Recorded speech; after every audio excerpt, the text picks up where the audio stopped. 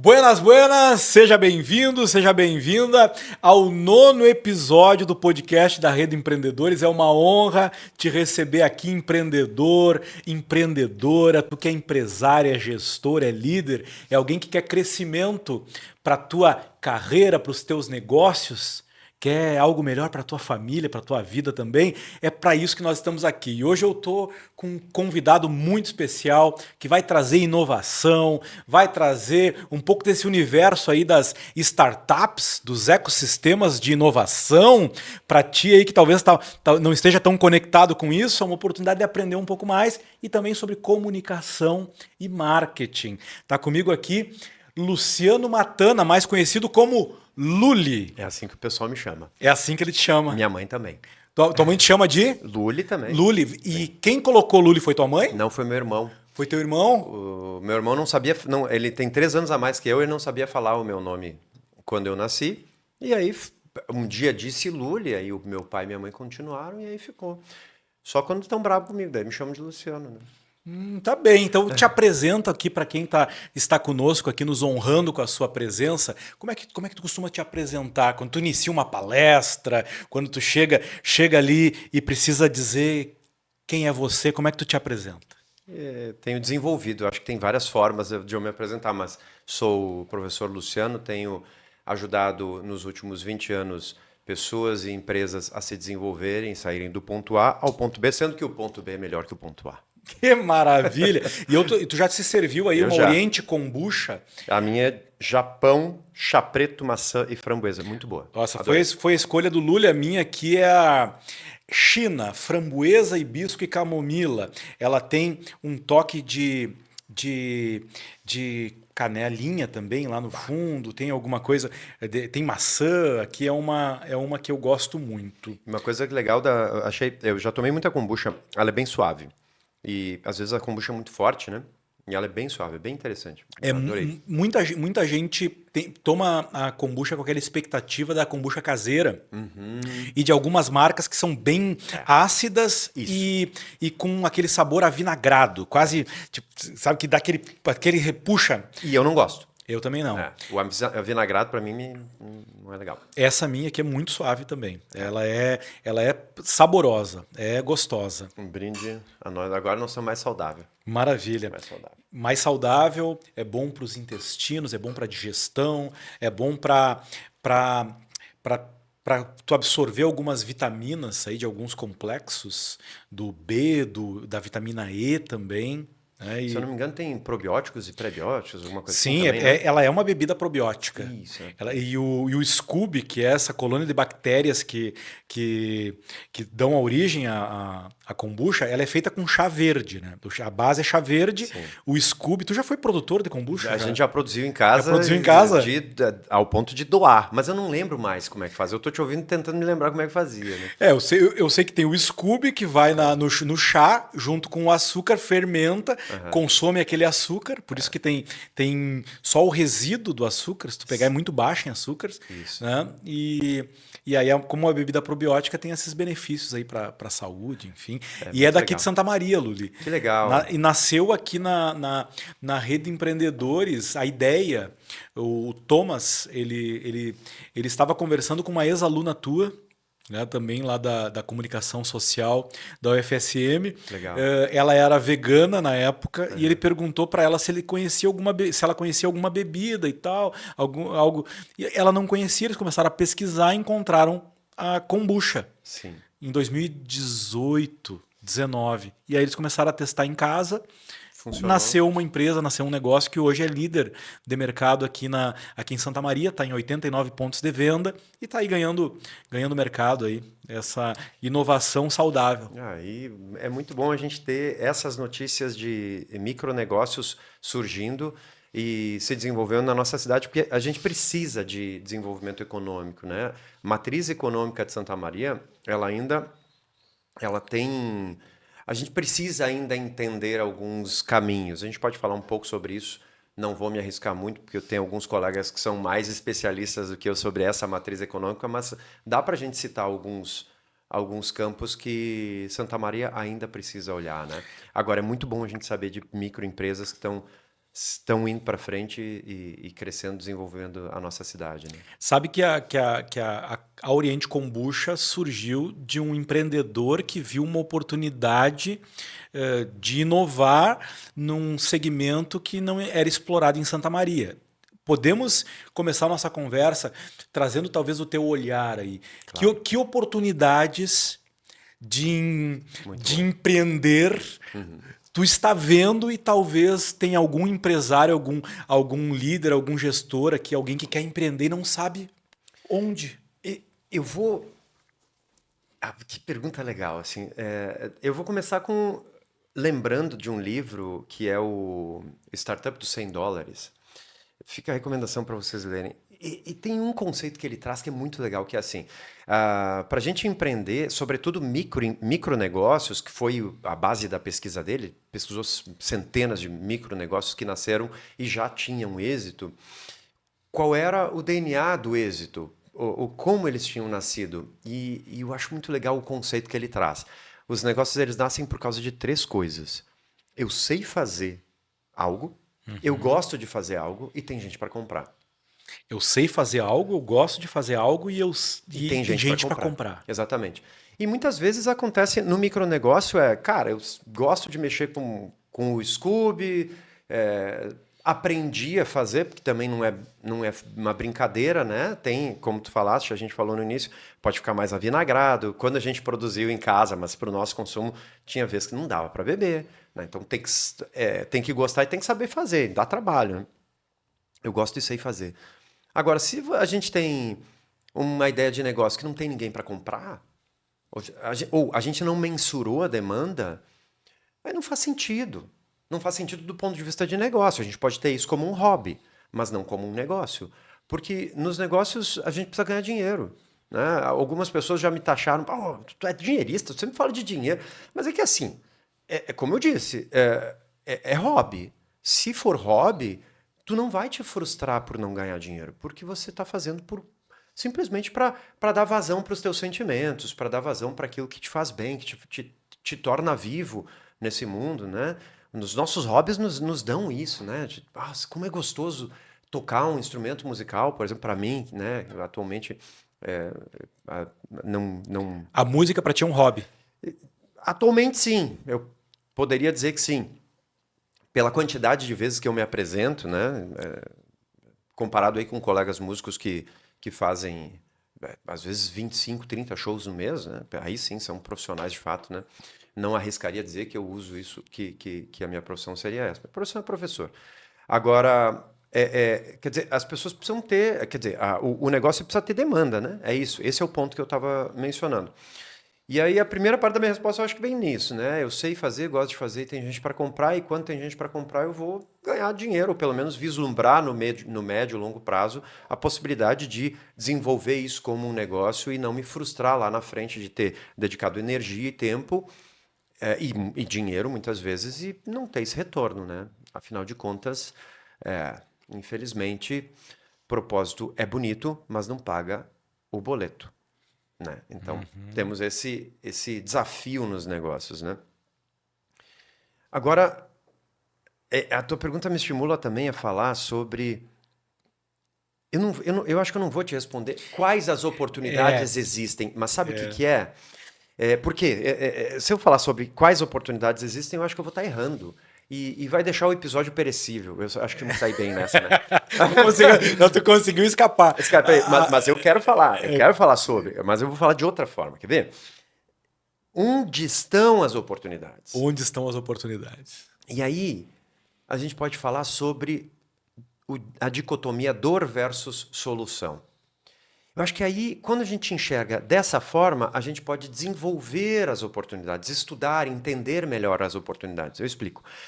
Quando a gente olha para a dicotomia dor versus solução, a gente está olhando, na verdade, para uma dor do mercado, para aquilo que o mercado ainda sofre, né? Por exemplo, se essa bebida é uma bebida... vou me arriscar aqui e falar um negócio que eu não entendo muito bem. É uma bebida probiótica, ela certamente age na flora intestinal, né? E a constipação é um mal que aflige muitas pessoas. Então, é uma dor. E é uma dor real, é uma dor verdadeira, é uma dor de sociedade. Ah, uma bebida como essa faz sentido porque ela resolve uma dor. E ela pode ser, sim, o argumento de venda pode ser esse. Mas a gente pode ir para outros clássicos desse tipo de exemplo, que é, por exemplo, uma das principais. Quando eu falo dor, não é dor especificamente uma dor física, né? É uma necessidade, uma demanda, né? Ou algo que esteja próximo das nossas. Da, sabe a pirâmide de Maslow? Algumas pessoas falam que a pirâmide de Maslow está defasada, né? Não se usa. Me desculpa. É a mesma coisa falar que os 4 P's do Kotler estão defasados, né? Cara, eu não conheço um negócio que não tenha um produto para vender, um preço para cobrar, um lugar para vender isso e que não comunique isso. Cara, se não tiver essas 4 coisas, você não tem um negócio. E são princípios, né? São princípios.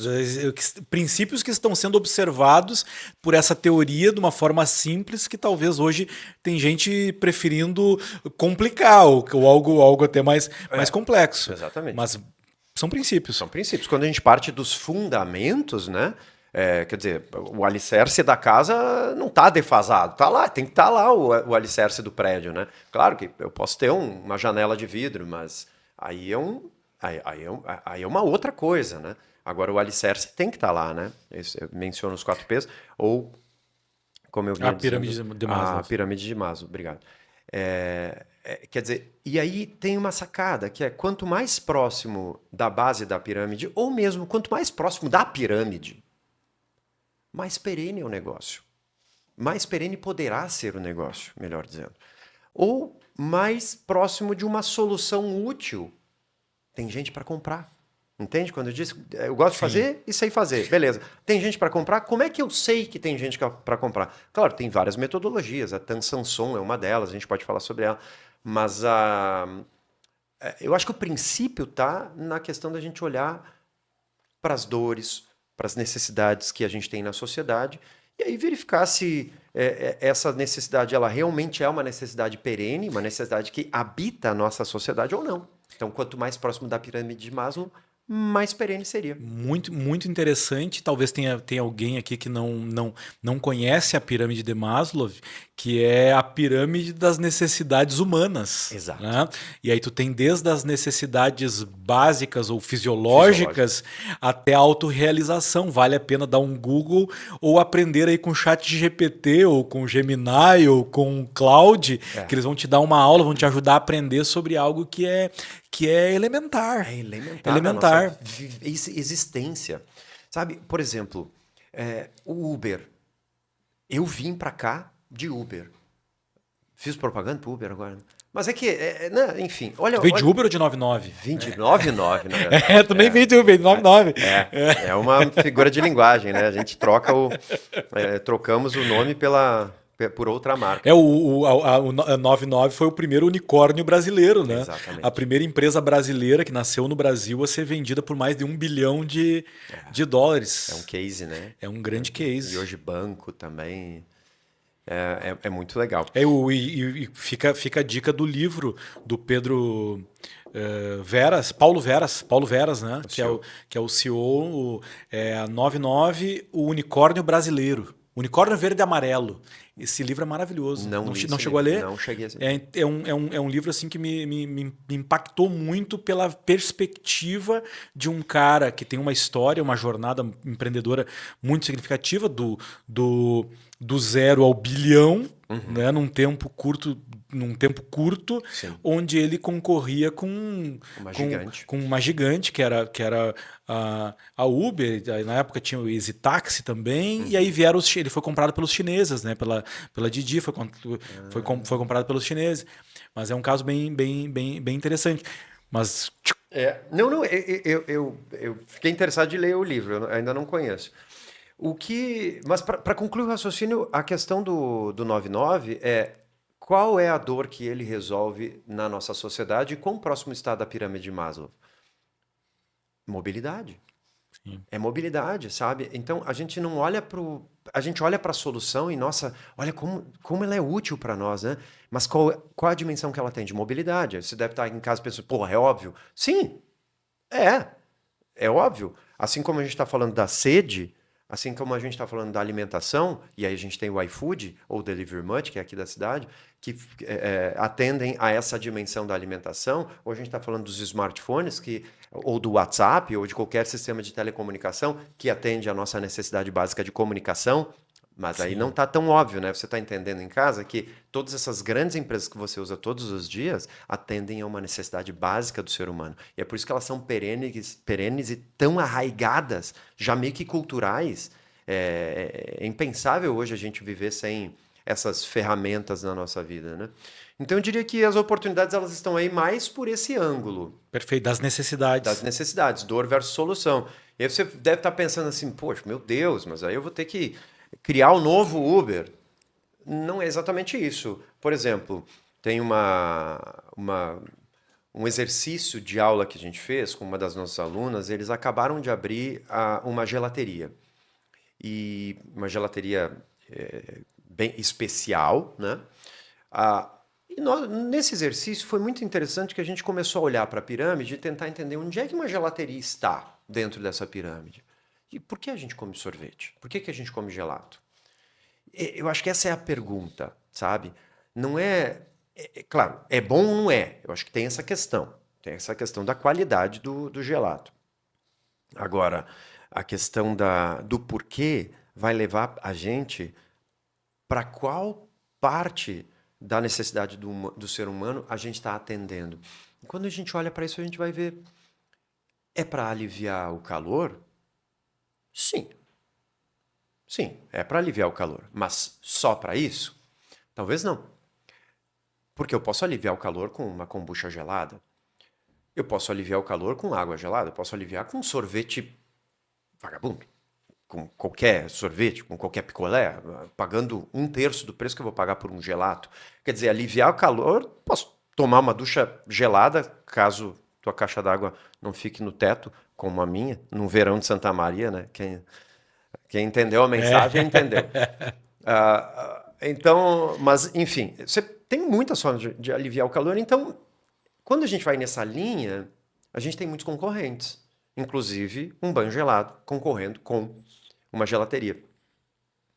Mas se a gente olha mais a fundo, a gente percebe que ele é doce, ele é gostoso, ele nos traz prazer.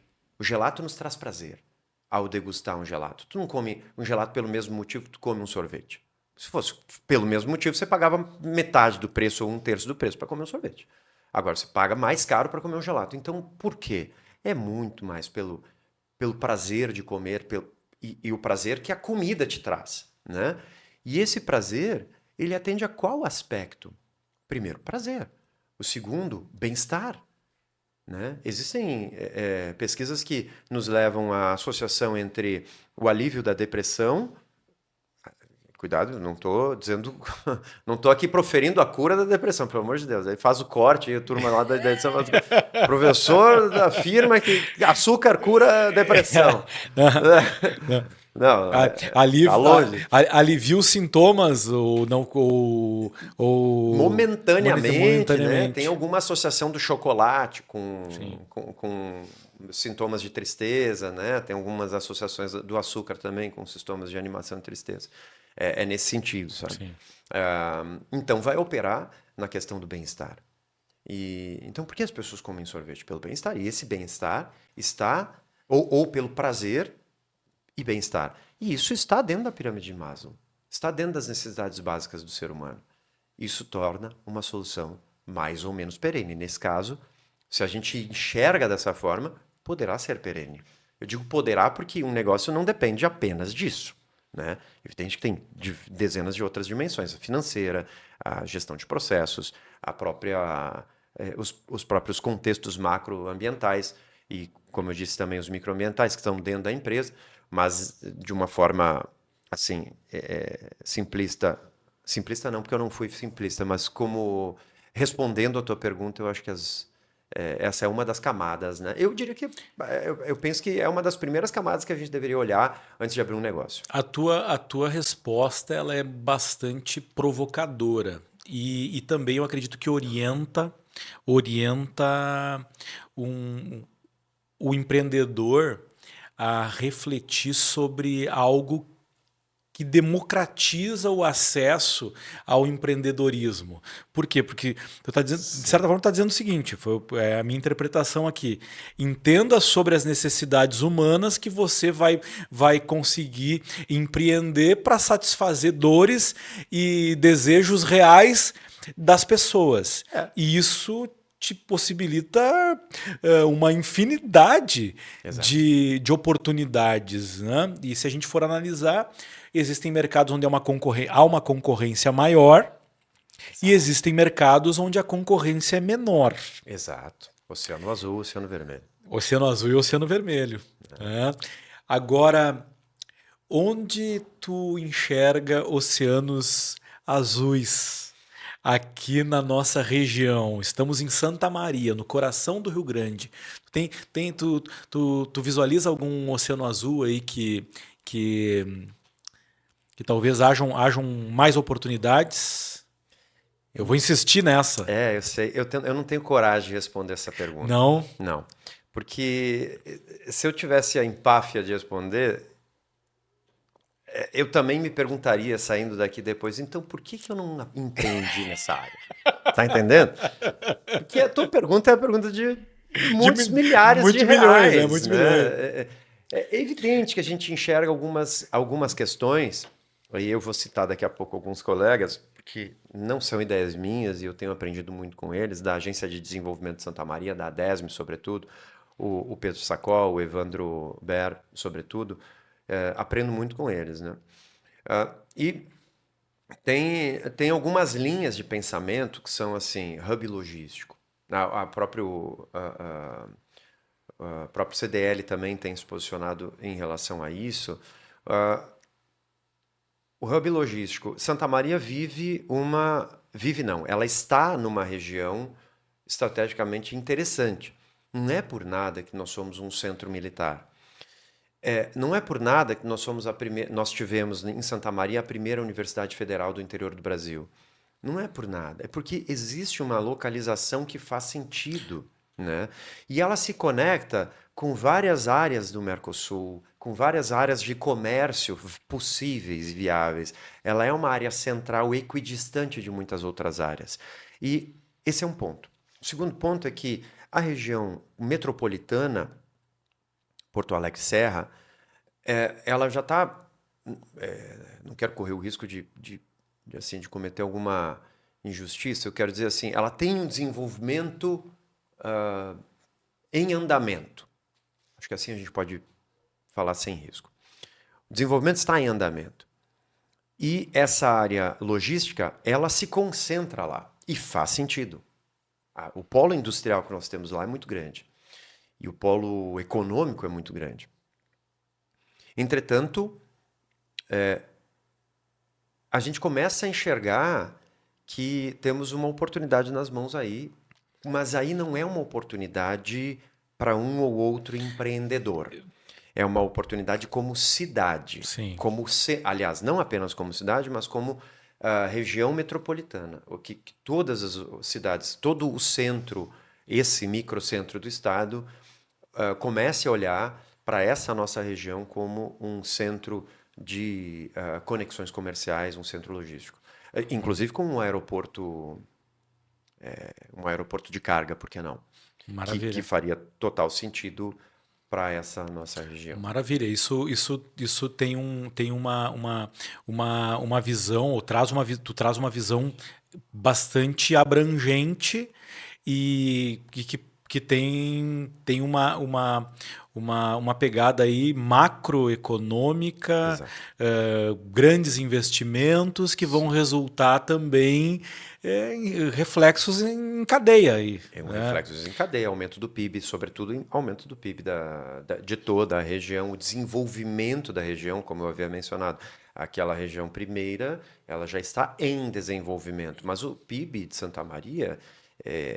olhando em 2022 no Data Sebrae, nós temos uma renda média de 3.800, para não errar, entre 3.800 e 3.900 reais. né? Em 2022. 2022. O Sebrae Data não tem o dado atualizado ainda, então eu não consigo trazer esse dado. E 78 mil pessoas empregadas em Santa Maria, com registro, né? Claro que a gente tem muita informalidade, mas isso nos dá um alerta, nos acende um alerta. A renda base, a renda média é baixa, né? Uma das mais baixas do Rio Grande do Sul. A gente vai ter cidades aí equivalentes a Santa Maria com o dobro do PIB, ou até mais. Então, isso sinaliza que a nossa região ela precisa se desenvolver. Precisa no sentido de um centro econômico precisa se desenvolver para que a qualidade de vida Das desse pessoas centro melhorem. econômico melhore. Exatamente. E tem um estudo, né? A regra dos 70, se não me engano, que demonstra que o Brasil vai atingir o mesmo PIB que alguns países europeus já desenvolvidos está daqui a 40 anos. Só que é ainda mais sério se a gente raciocina um pouco. Hoje, esses países têm o PIB que a gente está falando. E a gente vai ter esse PIB daqui a 40 anos. Ou seja, não vai fazer sentido de novo. Não. Entende? A gente ainda vai estar atrasado. Sabe? E claro, eu falei de Brasil. Que não é uma posição política, nem ideológica, nem nada. É meramente São dados, matemática. Meramente matemática, só isso. E se a gente traz esse dado para Santa Maria, a gente vive uma realidade semelhante nesse sentido, né? Precisaria desenvolver. Então a gente tem que pisar no acelerador e uma das linhas de raciocínio acho que poderia ser essa. Né? E esse acho não é meu, é de algumas outras pessoas. Pensando no pequeno empresário. Okay. Tá? Pequeno empresário. E no líder de pequena empresa. Inovação. Trazer algo novo para o mercado, se reinventar, criar algo novo. O que daria para a gente compartilhar com esse pequeno empresário que ouve falar em inovação? E o que é? E o que é? Né? Tem uma frase que virou palestra minha.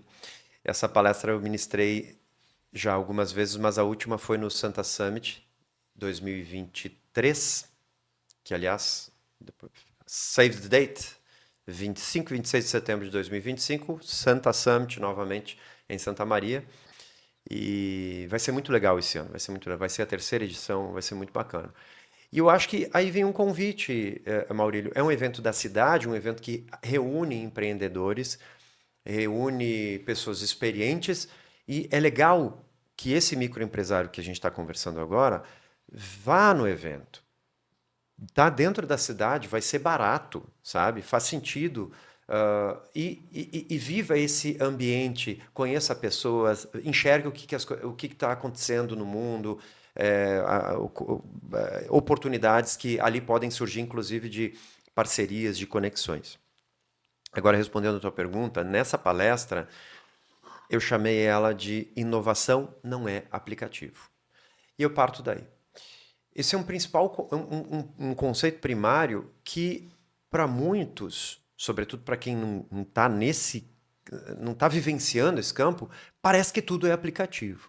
Né? Inovação e meio que às vezes, para a gente... Envolve aplicativos também, exato, muitas vezes. Né? Porque a gente acaba pegando a interface que acaba chegando para nós é um aplicativo, né? Por exemplo, a gente citou antes o 99 e o Uber, mas eu também citei o iFood, o Delivery Munch. Nasceram como aplicativos já. Eles são aplicativos, mas aí eu cito, eles não são aplicativos. Eles são sistemas, um de comunicação, o outro de mobilidade urbana, o outro de alimentação, o outro de moradia, Airbnb, moradia, né? Ou de hotelaria. O Airbnb é a maior rede hoteleira do mundo sem ter um ativo sequer próprio. Né? Ele cresceu com os nossos ativos. Né? Quer dizer, não é um aplicativo. Essa é só a interface. Então a inovação não está aí.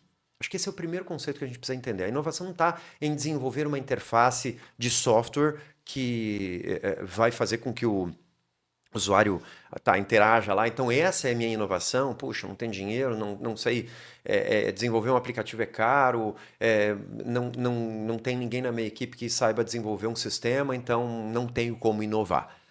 Peraí, não é disso que a gente está falando. Inovação não é aplicativo. Esse é o primeiro conceito. O segundo conceito é o conceito de que está tudo resolvido. Teve uma ocasião em que eu estive de uma fala pública, não minha, eu como audiência, e nessa fala, uma pessoa muito importante. Obviamente que estou ocultando momento, data, características do evento e pessoa, mas não é mentira. Essa pessoa muito importante num evento bastante relevante, diante de, olha, pelo menos 500 pessoas no mínimo ali, falou a seguinte expressão: chega de inovação. Tá tudo resolvido, você só fala em inovação, inovação para cá, inovação. Pois é, tu já me entendeu. Eu não tô brincando, é verdade. Mas é engraçado, né? Só inovação, tá tudo resolvido, pelo amor de Deus. Vamos viver um pouquinho, vamos aproveitar. Vamos aproveitar. Tá tudo resolvido.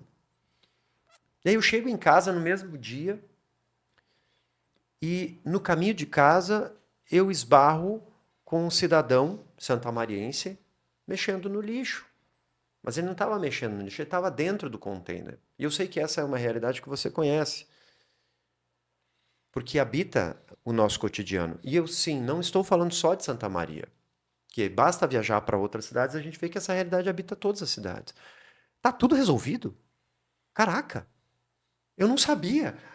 Com certeza Alguém não. me avisou, até que enfim, alguém me avisou que está tudo resolvido. Eu não sabia. Mas para quem se deu conta que isso é uma ironia, não está nada resolvido e, aliás, está longe de ser resolvido. Como eu tenho dito, no Brasil a gente ainda a gente vive uma porcentagem significativa da população não tem água, não tem luz, não tem o que comer. Uma parcela significativa da população não tem. E no mundo, se a gente vai para a África subsaariana, a gente tem 60% da população sem 50%, 40% sem água, sem luz, sem energia, sem acesso a recursos básicos de dignidade. Então, é claro que esse conceito é um pouco mais profundo do que talvez a resposta simples que o empreendedor, o microempreendedor queria ouvir.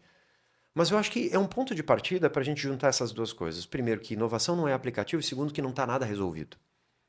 Quando não está nada resolvido, parece que a gente olha e diz assim, cara, meu Deus, como é que eu vou inovar se tá tanta gente botando solução no mercado, né? Amigo e amiga, quando você olha para o lado e percebe que os coleguinhas estão fazendo mal feito, e você escolhe fazer bem feito, já é uma inovação. Já é uma inovação. A gente chama isso de inovação incremental. Veja, inovação não é invenção.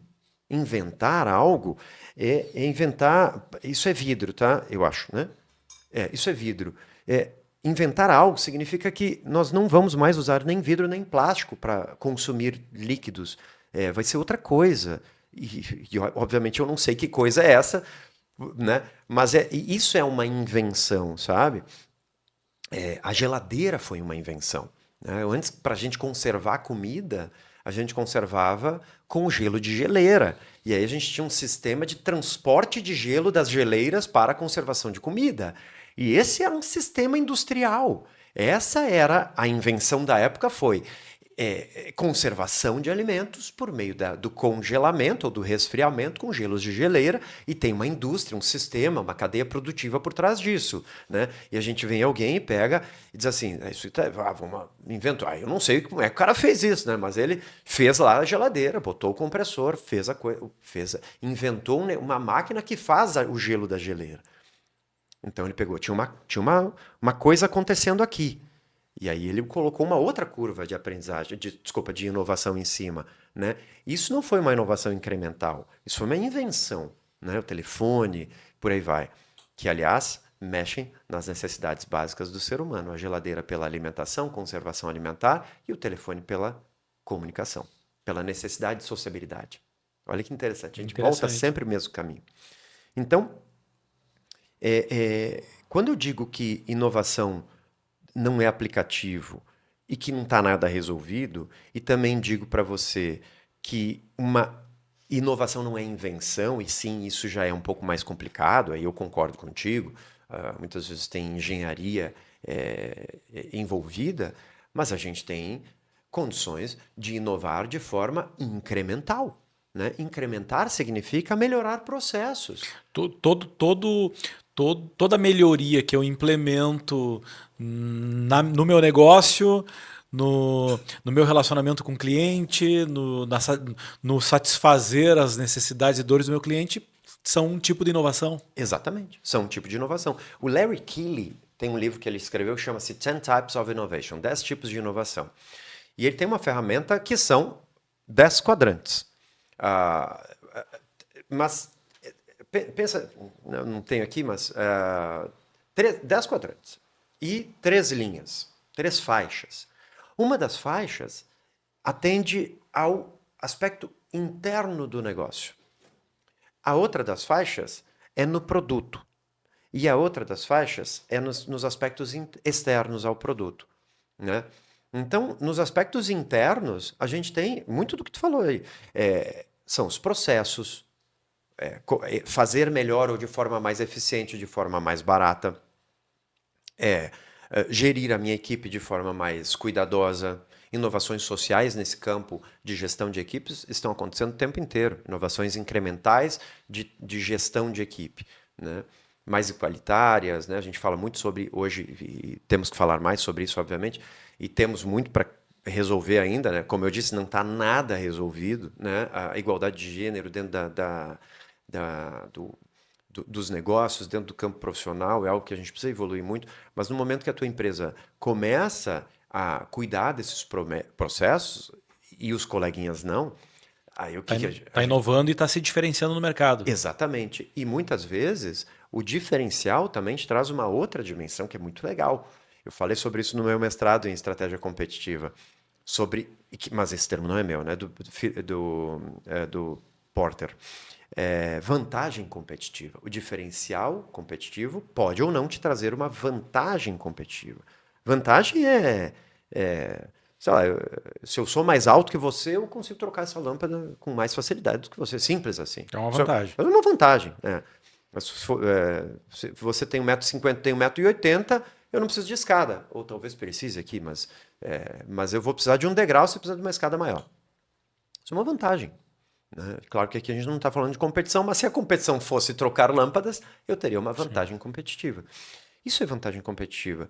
E transformar os nossos diferenciais em vantagem competitiva significa transformar as nossas habilidades em pontos fortes, tão fortes ao ponto que a barreira de acesso do nosso concorrente seja um pouco mais elevada, né? Então, quando a gente se contenta com pontos fortes mais micro, talvez o nosso concorrente consiga acessar de forma mais facilitada. É nessa hora que quem defende a tese do básico bem feito é o suficiente, ele acaba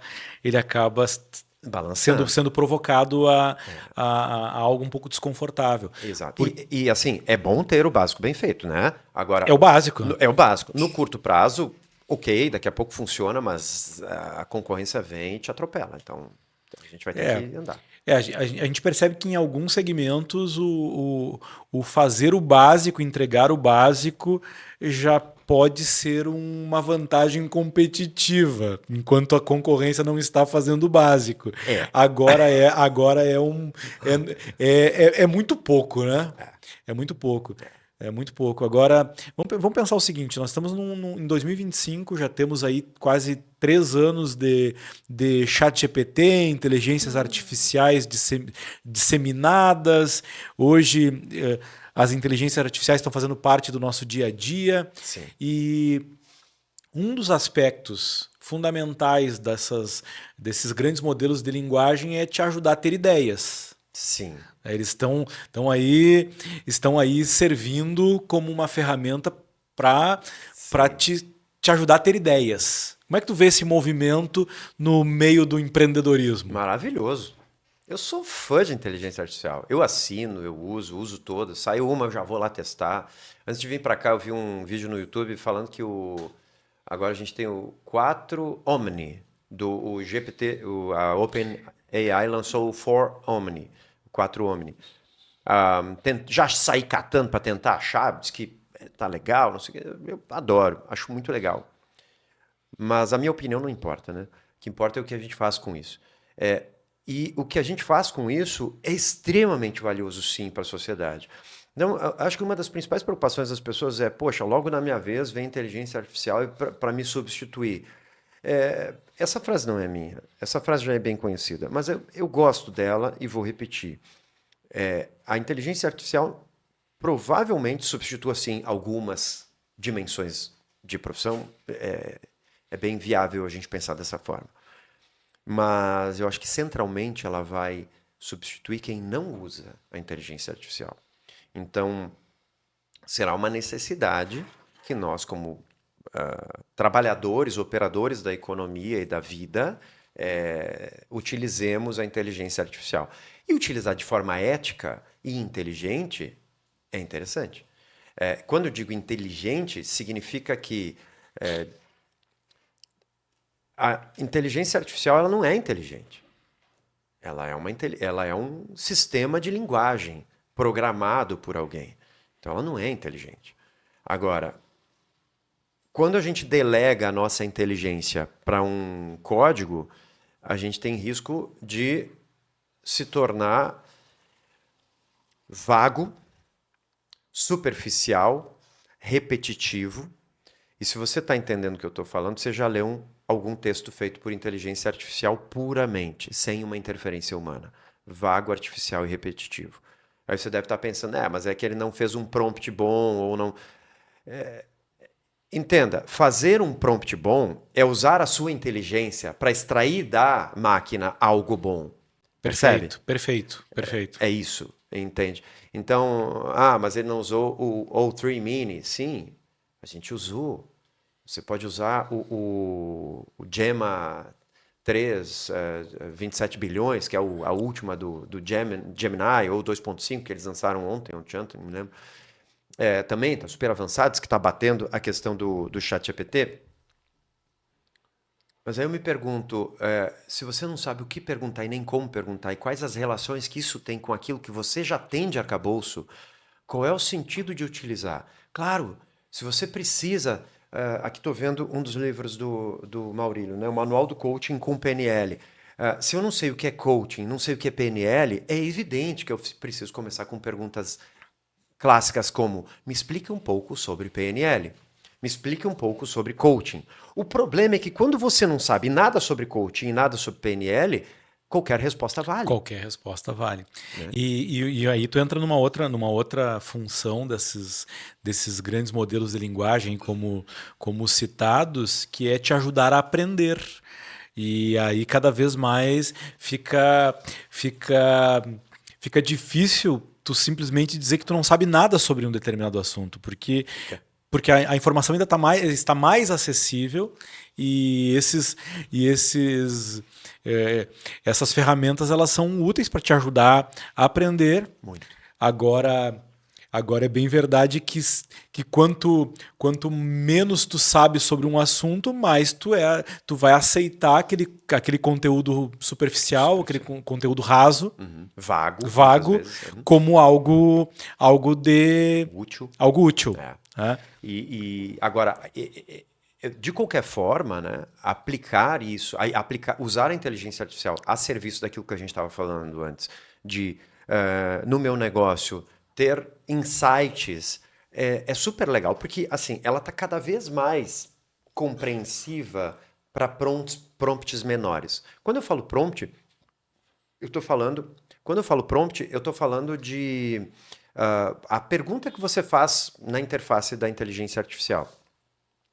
E essa pergunta, hoje, ela está podendo ser cada vez mais simples e básica, com menos contexto, porque aí a própria inteligência artificial, o próprio software vai buscar este contexto e complementar. Mas, claro, é a mesma coisa você usar uma câmera super boa de fotografia no automático.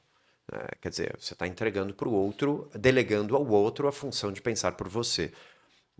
Eu acho que isso num futuro pode ser sério e eu acho que sim, a gente vai ver coisas bastante ruins acontecendo na nossa sociedade em função disso, porque eu estou vendo muita gente delegando a função de pensar para a máquina. Já vem delegando há bastante tempo, né? Já vem e eu costumo abordar esse assunto já há alguns anos, trazendo a perspectiva do nosso piloto automático. Nós funcionamos num piloto automático. Nosso desafio é realmente parar e pensar a respeito dos assuntos. Os nossos Sim. relacionamentos, no geral, estão no automático. Você fala a mesma coisa, você tem o mesmo comportamento, você tá atendendo os teus clientes no dia a dia no automático. Sim. E não para e percebe até os detalhes no teu cliente, né? Faz reflexões a Chama respeito. o cliente de amigo.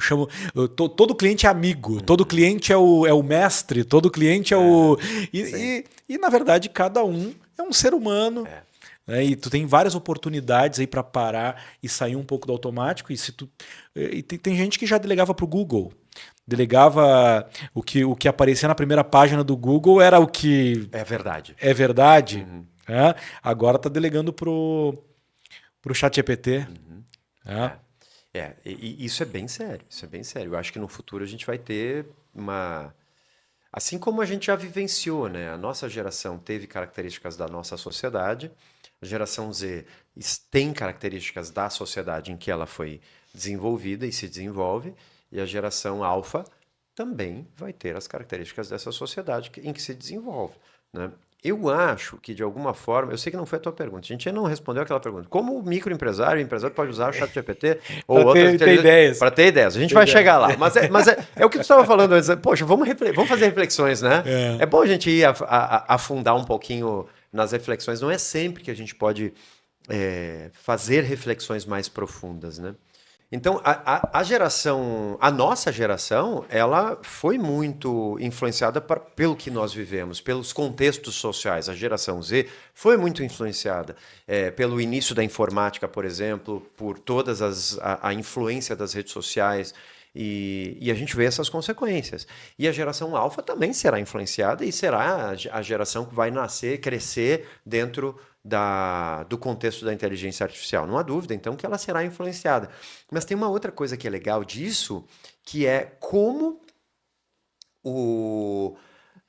nós, da geração X, ou até um pouco anterior, educamos a geração Z.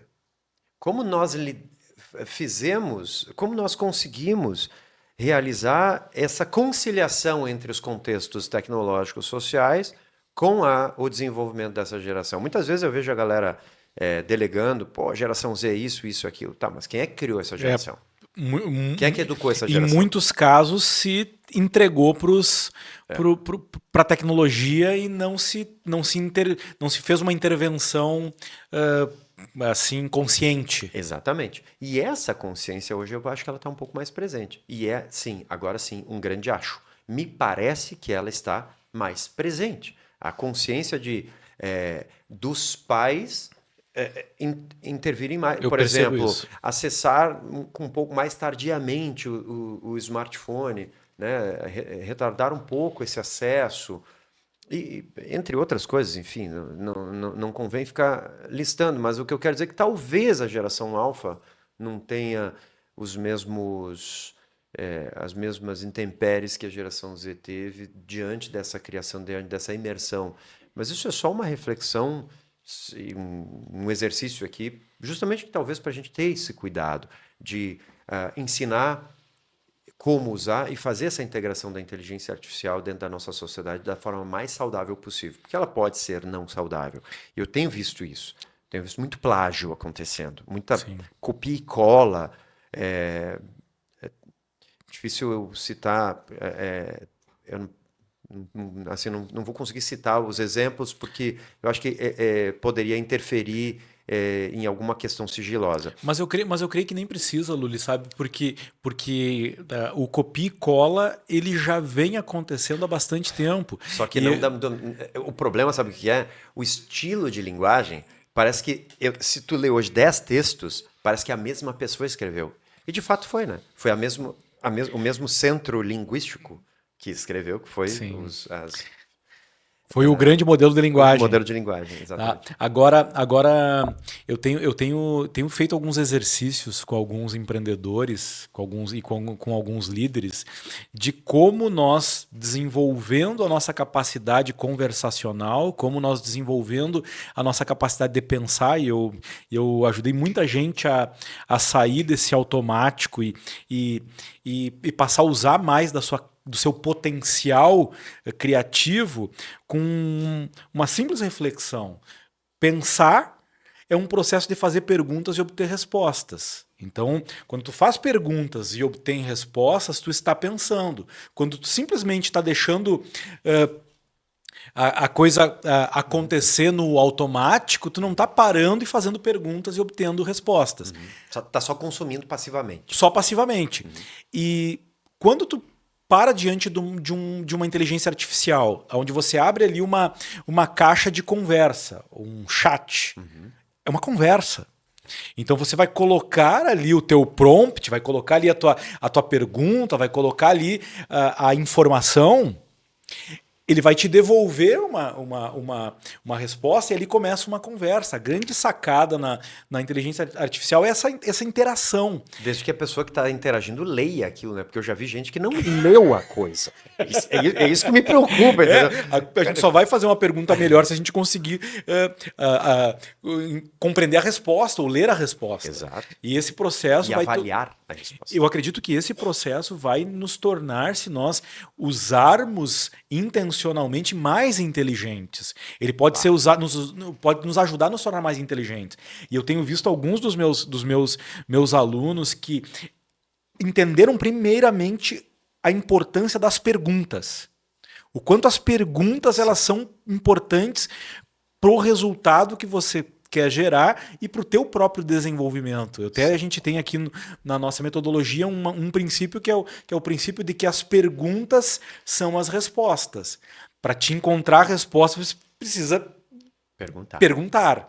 E ali no ChatGPT, por exemplo, eu tenho usado um pouco mais o ChatGPT, tenho experimentado um pouco mais o Claude, e de vez em quando eu entro no Gemini para dar uma comparada e não resisti, fui lá no DeepSeek dos chineses lá para também para ter a experiência. Comparar, né? Também. Comparar e às vezes a mesma pergunta, o mesmo input nelas para ver qual é a diferença da resposta, e tu vê que às vezes tem uma diferença significativa, às vezes não tanto. Mas o que eu quero te dizer e te provocar nesse sentido? As pessoas que têm dificuldade de fazer perguntas e não têm o hábito de conversar, não ouvem, não leem, elas vão ser as mesmas que vão ter mais dificuldade de extrair algo de valor da inteligência artificial. Não tem como discordar disso. Me parece lógico que se não há essa profundidade, e aí a gente tem uma questão, né? O acesso ao livro. Você pode me chamar de antiquado aí, talvez em casa, mas assim, o acesso ao livro. A gente tem acesso ao livro, mas eu posso perguntar sobre o livro para a inteligência artificial. E aí eu tenho acesso a uma interpretação daquilo, e não exatamente ao livro. E aí eu não tenho um arcabouço anterior. E esse arcabouço, um conjunto de conhecimentos que vão ser construídos ao longo da vida. Desde a minha fase... desde o momento em que eu começo a interagir com o mundo, em que a chuva de neurônios começa a se desenvolver, depois a gente vai perdendo os neurônios ao longo da vida, justamente porque a gente não pode continuar tão absortivos assim, a gente precisa conseguir se focar. É por isso que a gente perde neurônios, né? Se a gente tivesse todos os neurônios que a gente tem quando nasce, a gente ficaria louco, seria um maníaco, né? Tipo, ouvi uma tosse agora, eu me desvencilio da conversa e vou para a tosse. Tudo é muito importante, como é para uma criança. Tudo é muito novo, tudo é muito mágico, né? Mas é assim que precisa ser para uma criança, porque ela precisa entender aquele mundo de forma rápida. É uma questão de sobrevivência, de forma rápida. E é um download do mundo na cabeça dela, né? Então ela precisa de um neurônio. E ao longo da vida ela vai perdendo isso. Mas se esse desenvolvimento não continua por meio do acesso às experiências, do acesso à leitura, e não só de um consumo passivo, e quando eu digo consumo passivo, entram ali as redes sociais, por exemplo, que até 90, vamos dizer assim, em 90% dos casos, uma matemática minha, porque sim, só, né? Em muitos dos casos será apenas um consumo passivo e vazio, Sim. apenas de entretenimento. Isso é importante para a nossa vida. O problema é que este consumo apenas, ele não dá nenhum input, ele não vai constituindo o nosso arcabouço de conhecimento, o nosso conjunto de habilidades cognitivas que nos tornam mais aderentes a um tópico ou outro. Em outras palavras, esse estudo prévio para o uso da inteligência artificial, eu entendo que ele é necessário. E aí, esse estudo prévio pode ser dentro da própria inteligência artificial, como a gente mencionou antes no exemplo do coaching com PNL, perguntando o que é coaching, o que é PNL. Ele pode ser ali desde que ele aconteça, sabe?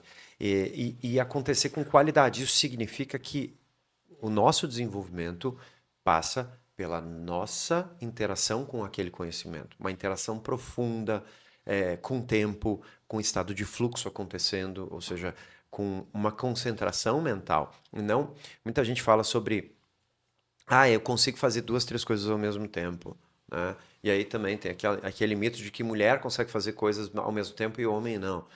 É uma grande bobagem do ponto de vista científico, em função de que a gente não consegue, o cérebro humano não consegue prestar atenção em 2 coisas ao mesmo tempo.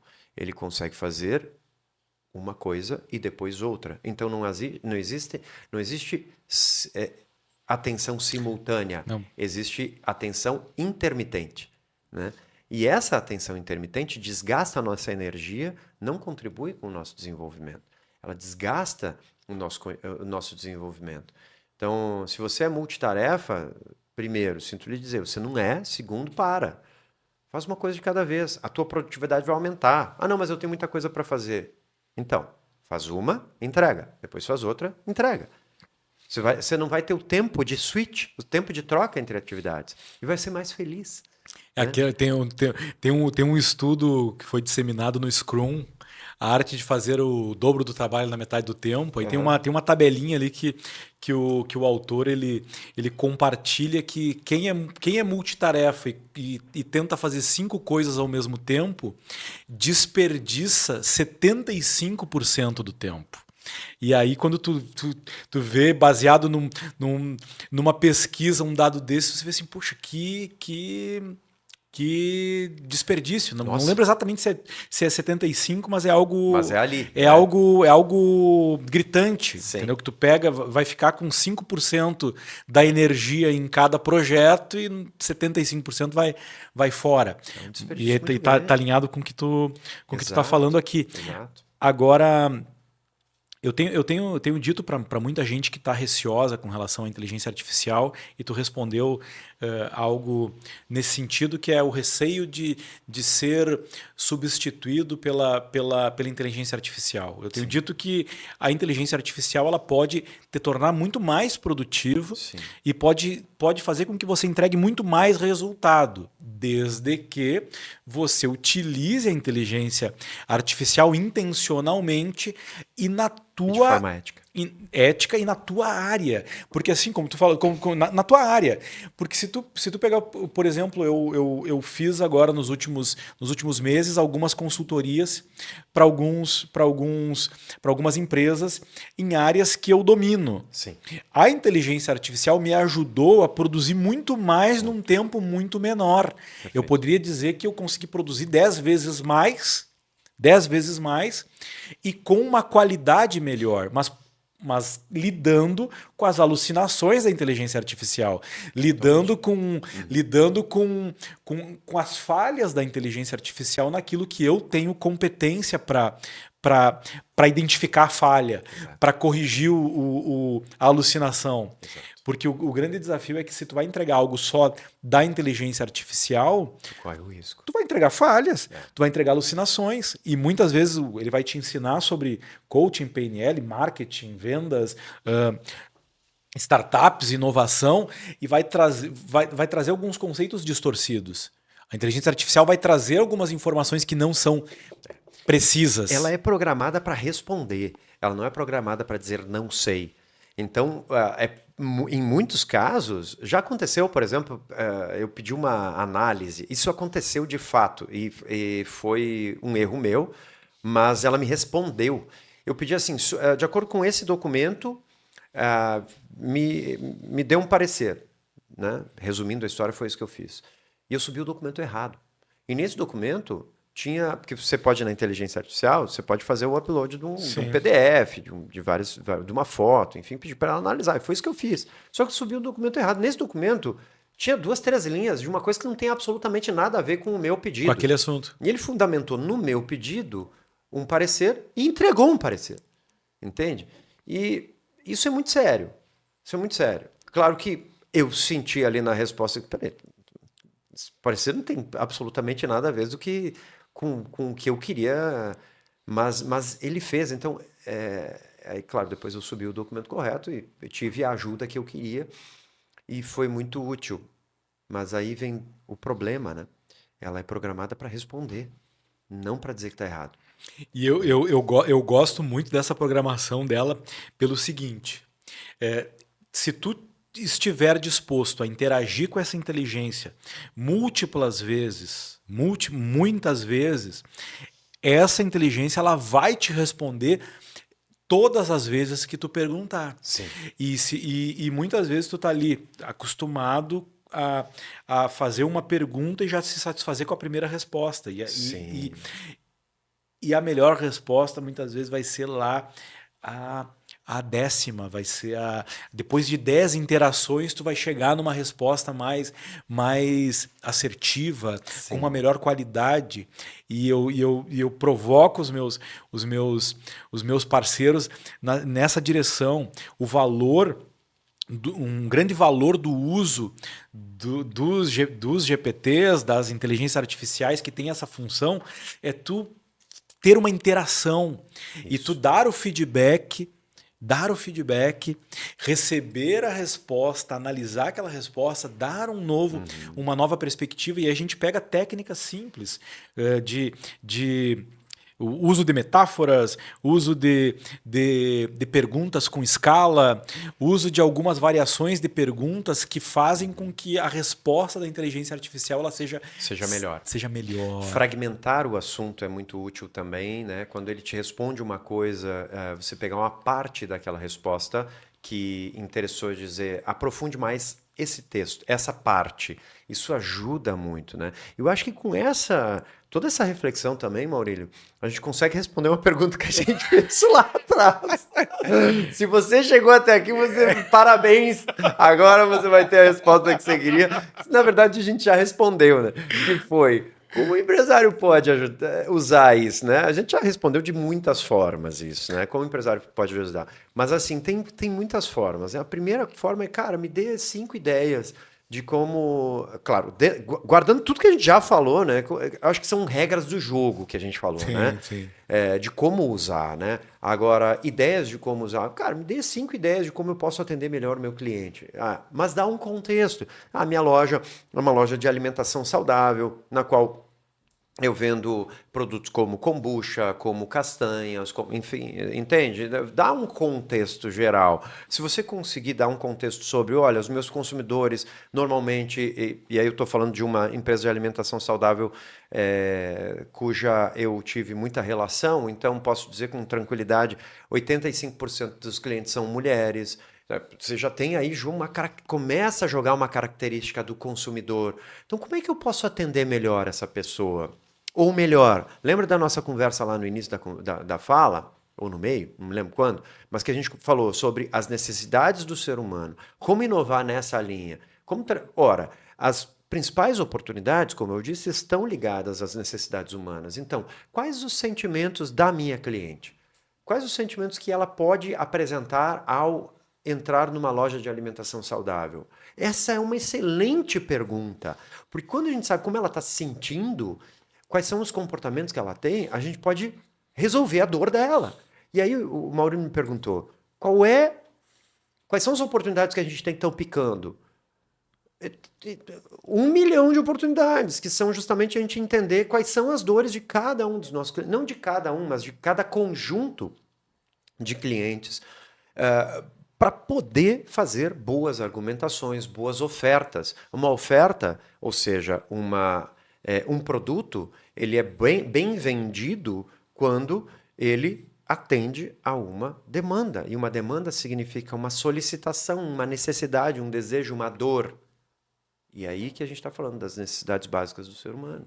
Não, segunda-feira eu ensinei para um grupo de empreendedores algumas formas que eles poderiam utilizar a inteligência artificial quando faltassem ideias para comunicar, para interagir, ou até para vender mais para os seus clientes. Maravilhoso, né? E aí tu trouxe alguns pontos que eu abordei lá dentro desse contexto. Tu pega um documento, pega um PDF, às vezes tu tem ali as informações sobre a tua empresa, talvez tu tenha até as informações estão no teu site, tem ali alguma informação sobre o teu cliente. A inteligência artificial, no caso do GPT, ele vai aceitar muito bem aqueles anexos que tu coloca ali para ele e tu pede para ele levar em consideração aquelas informações que estão no PDF.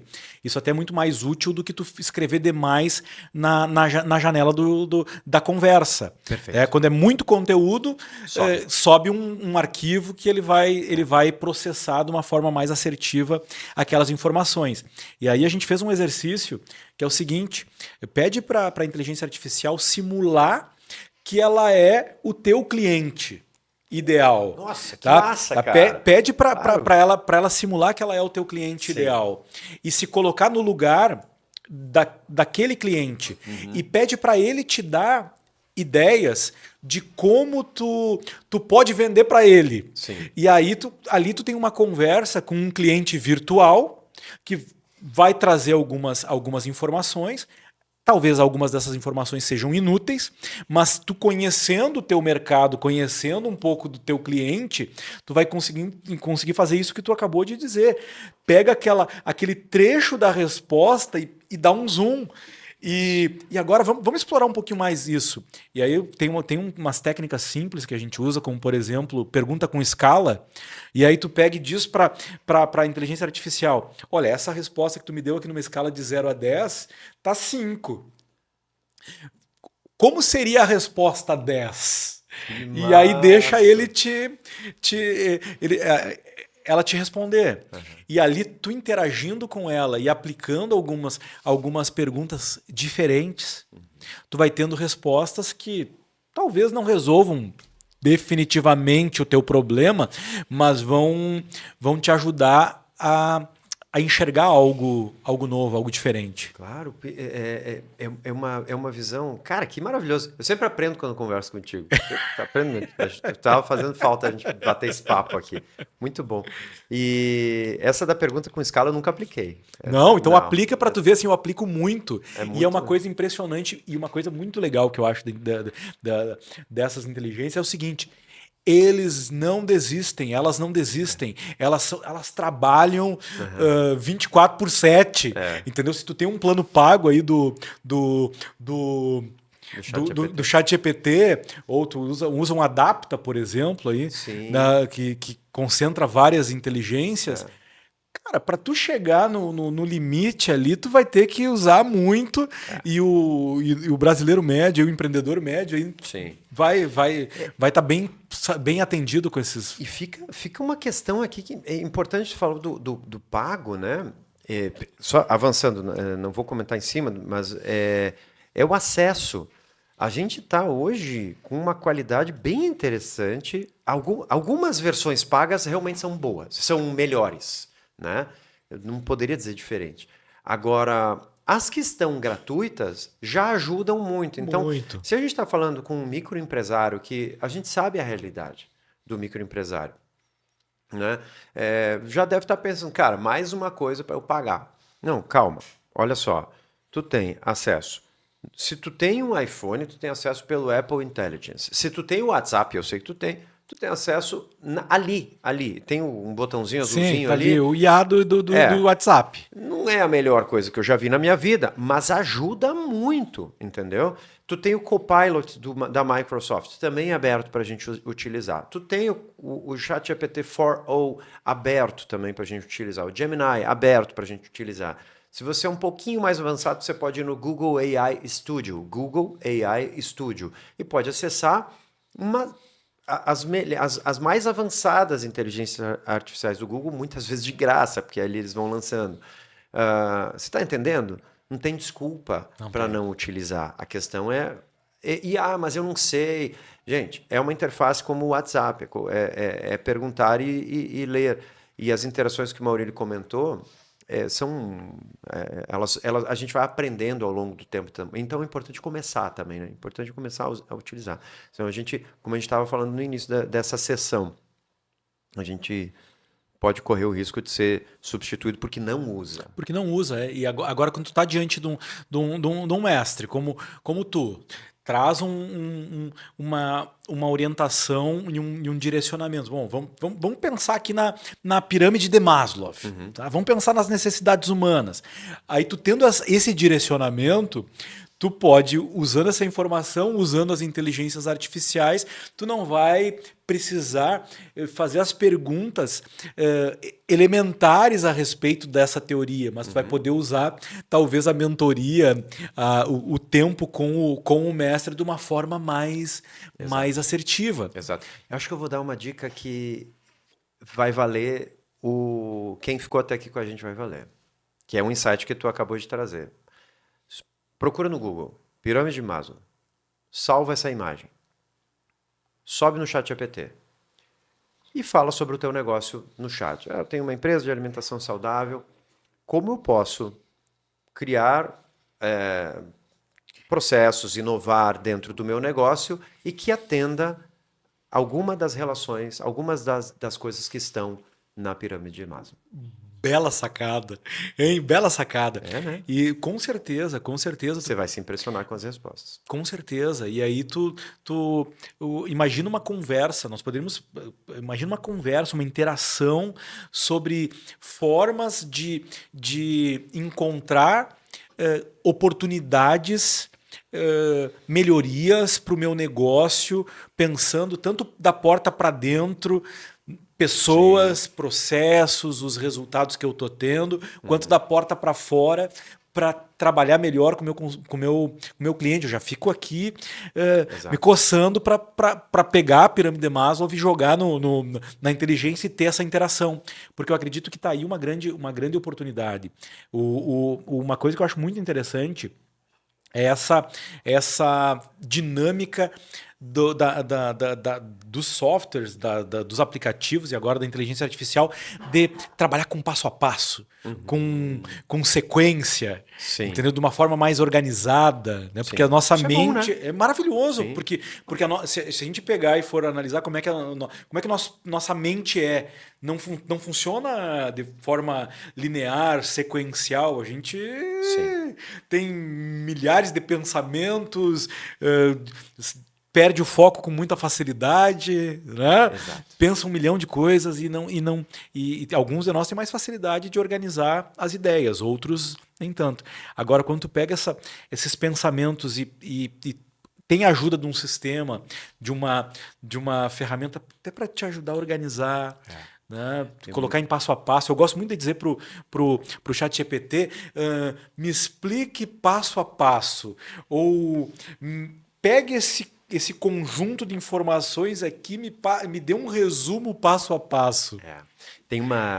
A gente que é professor, a gente é acostumado, tu também, consultor, a gente é acostumado a fazer muita reunião, né? Então, numa reunião, e aliás, você pode usar a inteligência artificial também para resumir as suas reuniões. Isso é bem legal, dá para fazer. E de graça. Agora, numa reunião que não está organizada, com quem não sabe fazer reunião, o que acontece? No final da reunião, o que acontece? A gente sai, tá, mas o que ficou definido mesmo? Aí todo mundo sai meio que, tá, a gente conversou sobre 2 horas e tá, legal, olha, muito bom, legal, foi muito bom. Tá, mas e agora? Qual o próximo passo?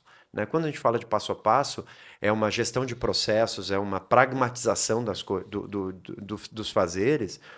Eu entendo que a gente tem que sair das conversas sempre com qual é o primeiro passo, o próximo passo. Eu acho que esse é o principal, sabe? Qual é o próximo passo? Que é a primeira coisa que você tem que fazer. E normalmente é a única, né? Isso faz muita diferença dentro de um negócio, eu acredito, né? Agora, te ouvindo falar também, tu falou assim da porta para fora, né? Da porta para dentro, da porta para fora. Como a gente pode inovar e dentro desses, utilizando a inteligência artificial? E tem uma lembrança que. Uma lembrança não, mas um insight que eu não queria deixar de dividir. As microempresas, elas às vezes perdem a oportunidade de se relacionarem com outras microempresas. Eu gosto muito do conceito de cross-marketing. E agora eu não estou falando mais de inteligência artificial, mas sim, você poderia perguntar para ela como fazer.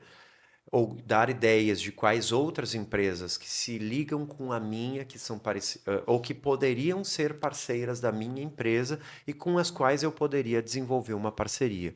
E que tipo de parceria? É uma boa pergunta Uma para o boa ChatGPT, pergunta. né? E essas parcerias, elas vão ajudar você a fazer uma coisa chamada cross-marketing.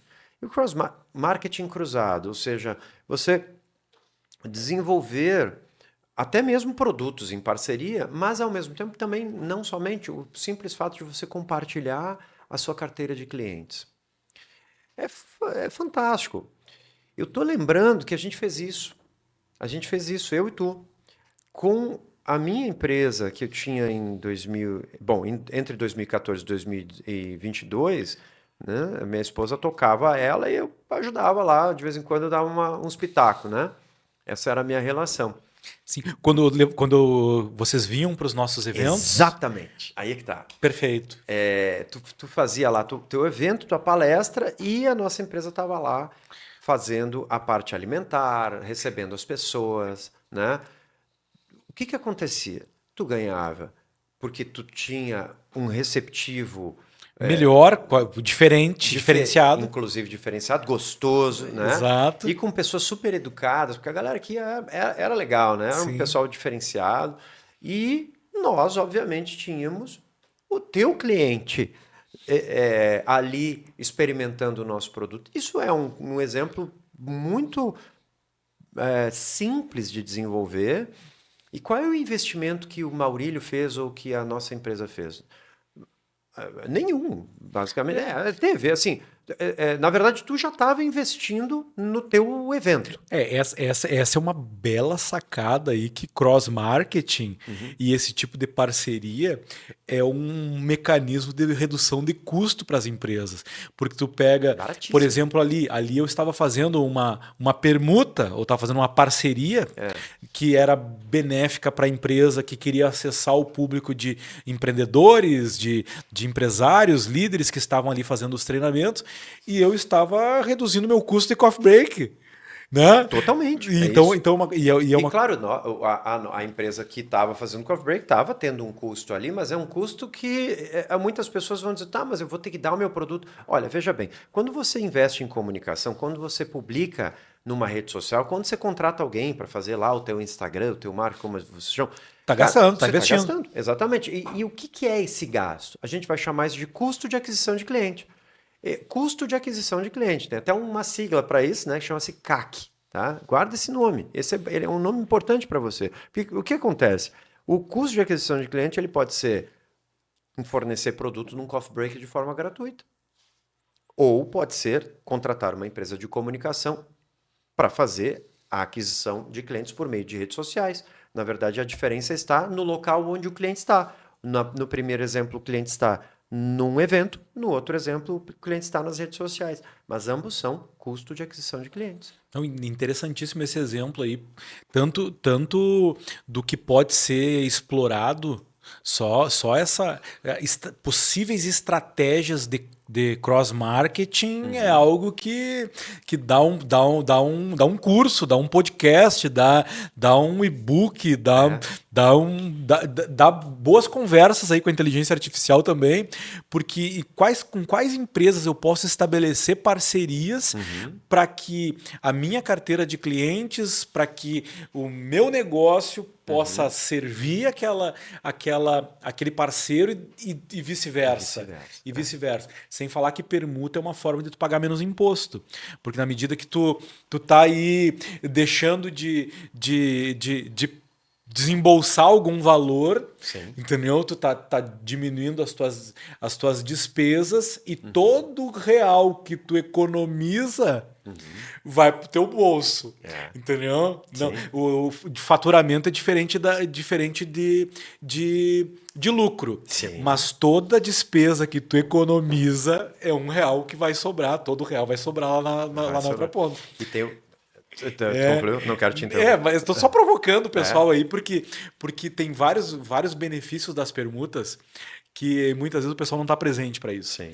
Né? É. Tu pega ali, tu vai fazer um evento, quanto que custa determinado insumo do teu evento? Isso. Tá? Quando tu faz uma permuta, tá economizando Exato. aquele custo. Isso pode ser bem significativo. E talvez aí no teu negócio e ao teu redor tenham várias oportunidades de permuta que tu não está aproveitando. Exatamente. E aí o uso da inteligência artificial para fazer essa busca por você é ótimo. Eu vou dar uma sugestão sobre o operator, mas antes, dando um outro insight, você já tem um parceiro que muitas vezes você talvez não use, que é o teu fornecedor.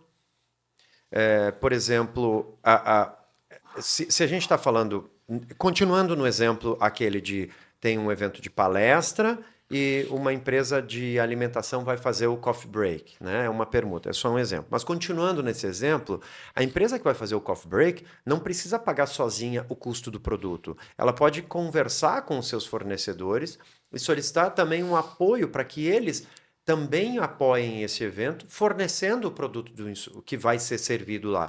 Qual é a diferença disso? É que você vai, como disse o Maurílio, gastar menos, a operadora de alimentos vai gastar menos ainda. E qual é o argumento? O argumento é que o teu fornecedor, ao ativar o consumo do próprio produto, do produto dele, vende mais. E é isso que ele quer. O teu fornecedor quer vender mais também. Então ele é teu parceiro. Desde o início do negócio ele é teu parceiro. Ou deveria ser, né? Se ainda não é, pega o telefone e faça ser. Agora, eu ia mencionar que essa busca, essa é uma ferramenta muito legal, gente. Chama-se Operator. Daí você, quem já é mais entendido, vai falar assim, tá, mas o Operator é uma ferramenta do ChatGPT, do OpenAI, que é caríssima aqui no Brasil, é 200 e tantos dólares, dá R$ 1.000 por mês. Cara, esquece, não dá para pagar. E nem tô achando necessário. Por quê? Porque eu catei soluções gratuitas e tem. Tá, mas o que faz? Ele faz a operacionalização de serviços mais braçais digitais. Por exemplo, digamos que você fez uma lista prévia de 10 empresas que possam ser teus parceiros. Mas agora a gente tem que analisar melhor essas empresas.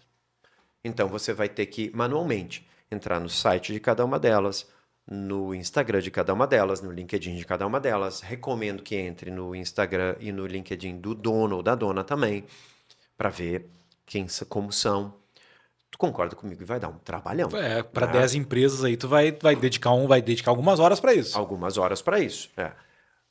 Você pode pedir para esses sistemas, né? Você procura na internet aí, Operator Alternativas. Pronto. Você vai achar ali 5 ou 6 alternativas gratuitas para fazer isso. Se não der na primeira, vai na segunda, vai dar certo para você. Basta você pedir.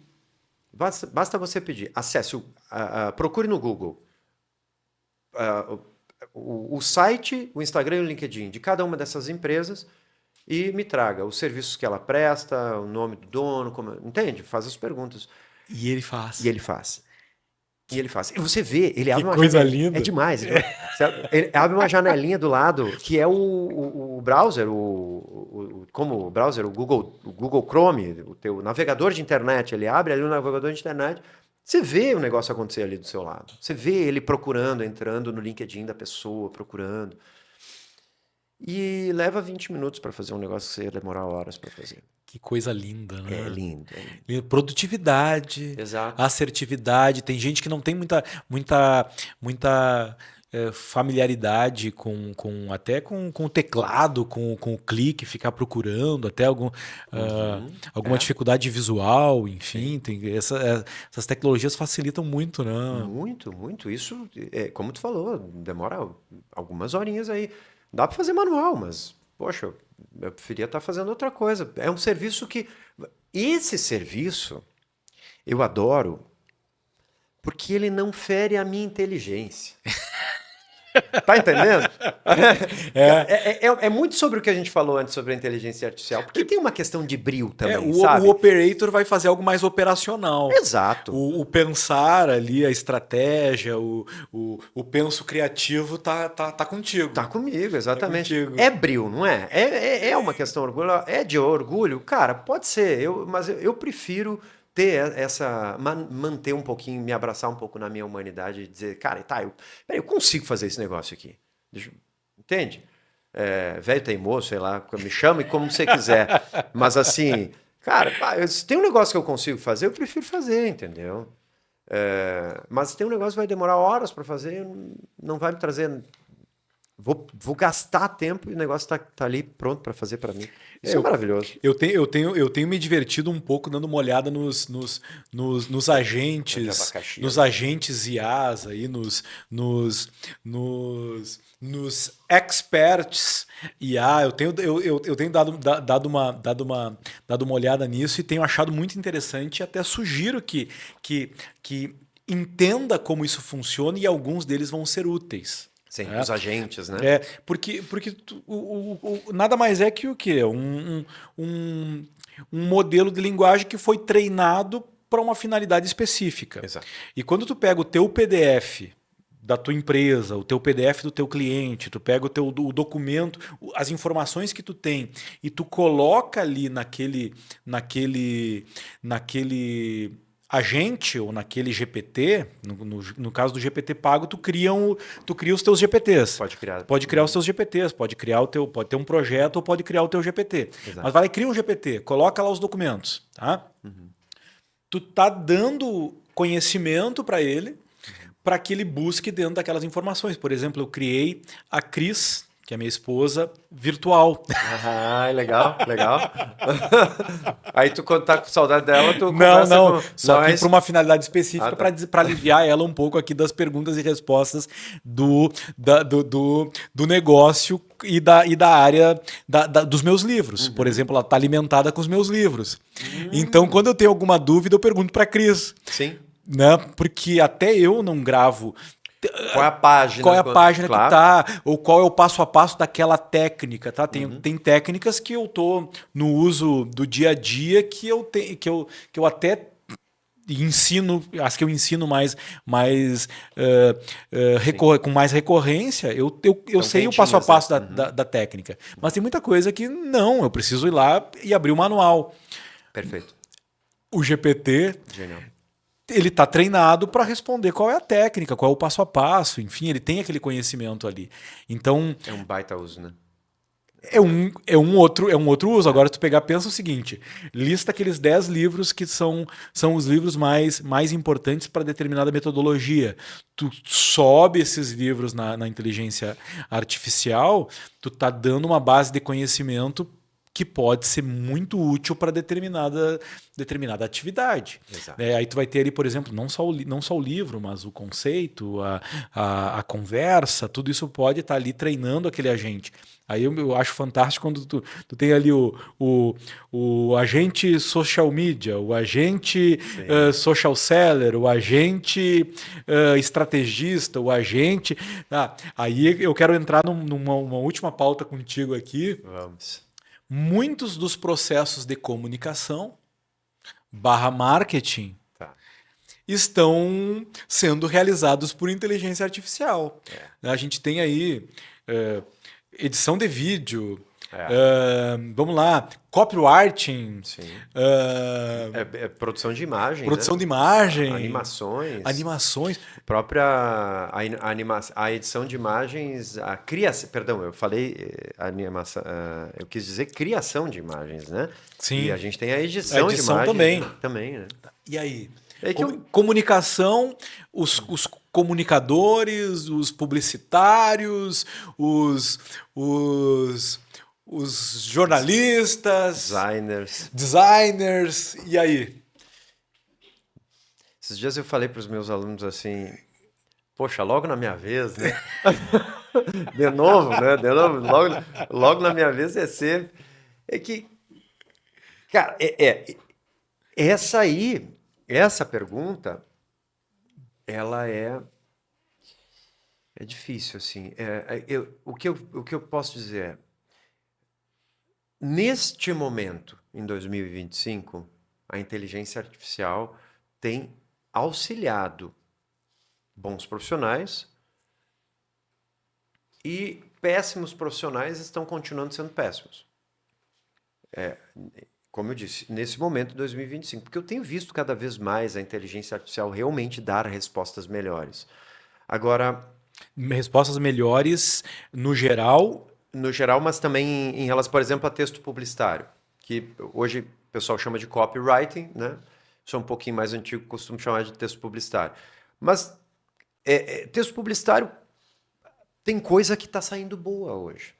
Mas até pouco tempo atrás tem coisa que, como eu disse, tem coisa que está saindo boa, pressupõe que tem muita coisa que está saindo ruim. Tá. E o problema é o critério que a gente está usando para não. E muita coisa está indo para o ar. Entende? Muita coisa de inteligência artificial ruim tá indo pro ar. Está indo para o ar. Tem um vício de linguagem que chama-se paralelismo sintático. Quando eu digo assim, a conversa com o Maurílio não somente está sendo ótima, como também está sendo instrutiva. Quando eu uso isso numa conversa, tá tudo certo. Mas quando eu utilizo 10 vezes no mesmo parágrafo, sabe? Isso é ridículo. E o problema é que a inteligência artificial tem esse vício de linguagem e faz isso o tempo inteiro. E quando a gente começa a enxergar isso rodando em tudo que é coisa, e sim, eu não estou falando não estou falando só da publicidade em si, ou do marketing digital, mas também de praticamente tudo que se lê, começa a ficar chato, né? Então eu acho que a gente tem esse ponto, assim. Eu acho que a gente volta um pouco para aquele ponto que a gente estava falando sobre o uso ético, o uso competente, o uso correto. Qual é esse uso ético? É você colocar a sua personalidade. A gente não pode esquecer na comunicação que a gente está trabalhando com economia criativa. Economia criativa, dentro da indústria criativa, é produzir bens intangíveis que partem do capital intelectual. No momento que a gente transfere esse capital intelectual para um intelecto que não é o nosso e que é uma máquina, a gente está derrubando uma estrutura que é de sentir-se vivo. A criatividade é da vivência humana. É o que nos torna humanos. O ser humano eu não sou um biólogo, mas até onde sei, o ser humano é o único ser vivo que tem essa capacidade de criar. E quando a gente transfere essa capacidade para um ser que não tem a capacidade de criar e sim de replicar, a gente acaba chegando num limite que talvez esse limite seja o da repetição de fórmulas, as quais a gente mesmo ensinou. Sendo mais preciso. Então, eu vejo que existem pontos positivos e pontos negativos, tá? E eu estou sendo agora focando nos pontos negativos. Um exemplo A gente tem uma estrutura de gatilhos mentais, a gente tem estruturas de gatilhos mentais, a gente tem estruturas de textos publicitários de copywriting muito bem consolidados hoje. É uma fórmula, né? Você já deve ter ouvido falar sobre fórmulas do marketing digital, né? A fórmula do lançamento, a fórmula de imprimir dinheiro, a fórmula de seja lá qual for. Tudo é fórmula hoje, né? Digite fórmula aqui embaixo que eu te mando a fórmula.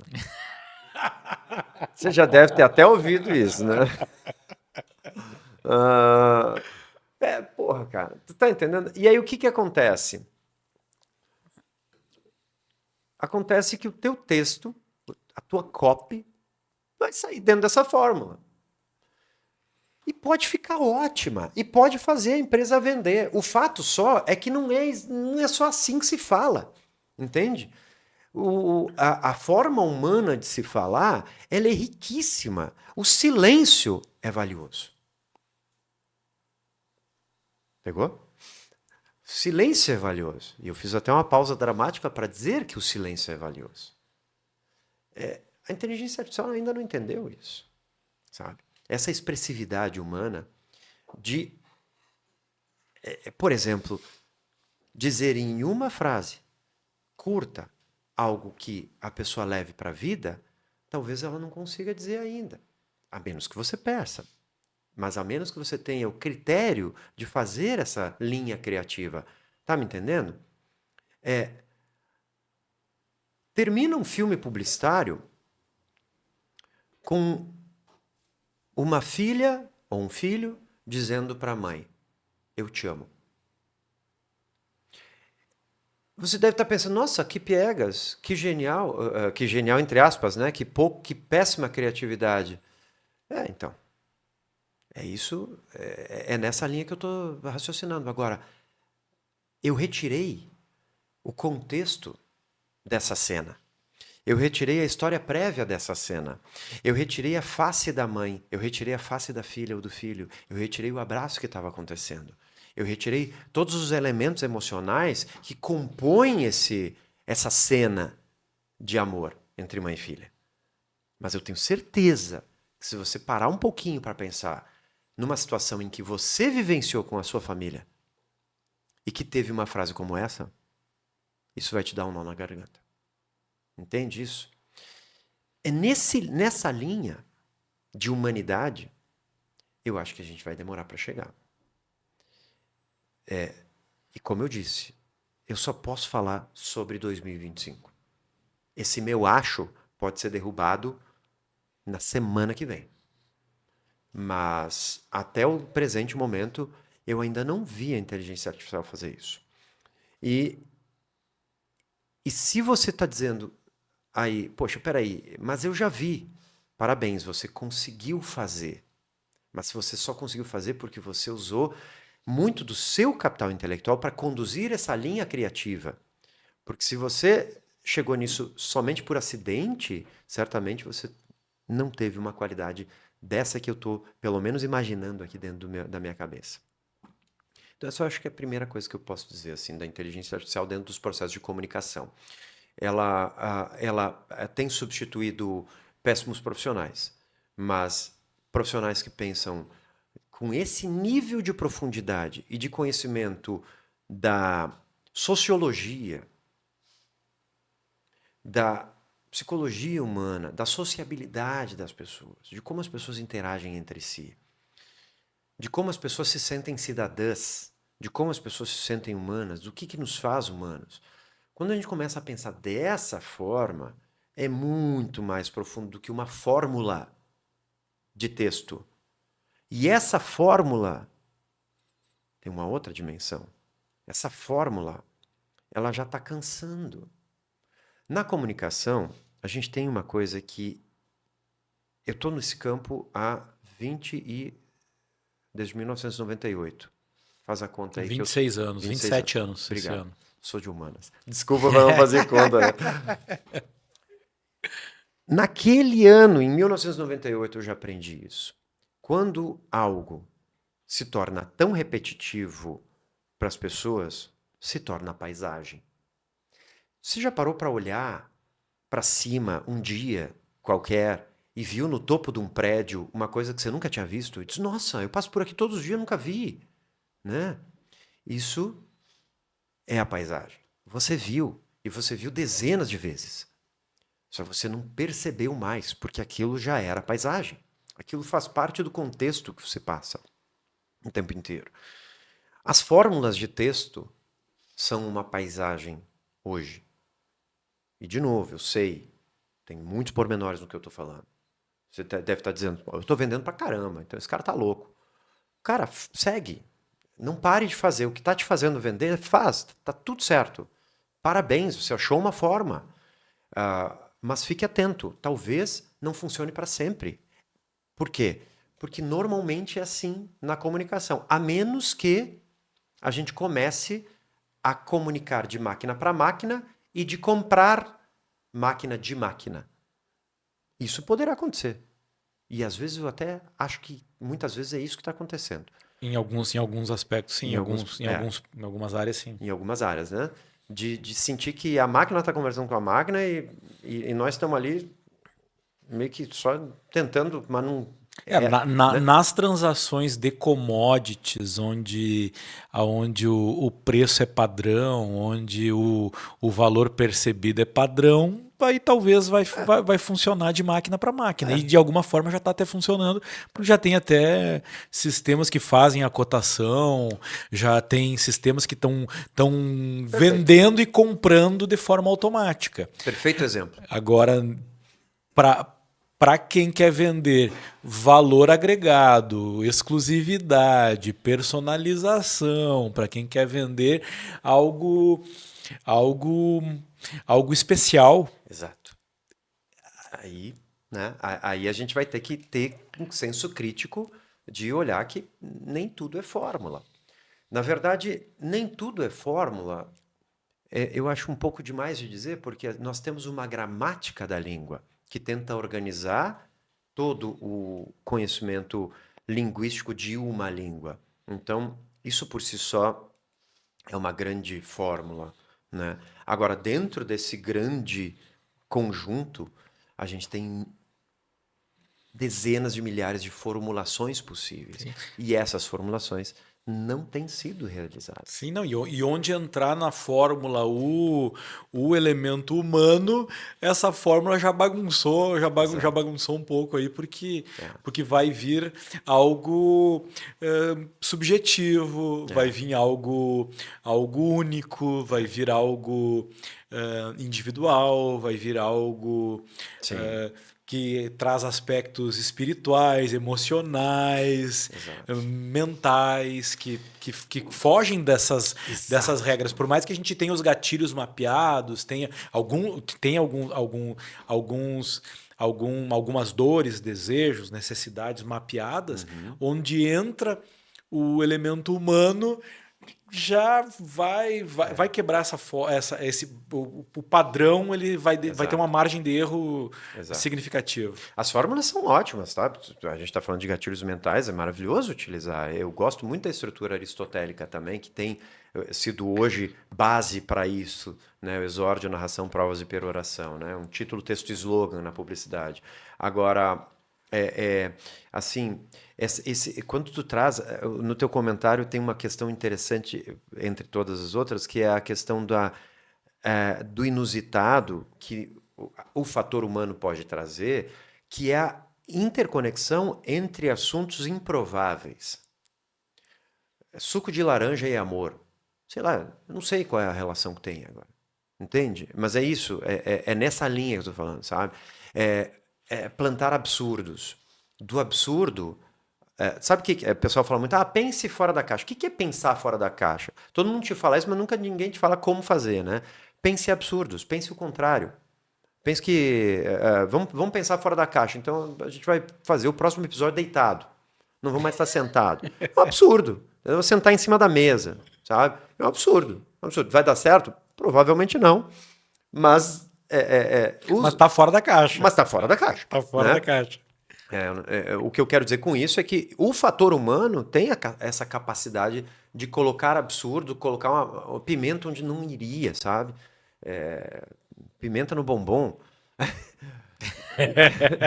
Literalmente, não era essa, não era para ser literal. Mas é uma inovação, foi uma inovação, né? Exatamente. Chocolate com pimenta. Caraca, meu, que invenção genial. Tem uma invenção genial que o cara que inventou isso, cara, eu queria conhecer e dar um prêmio, merece um prêmio.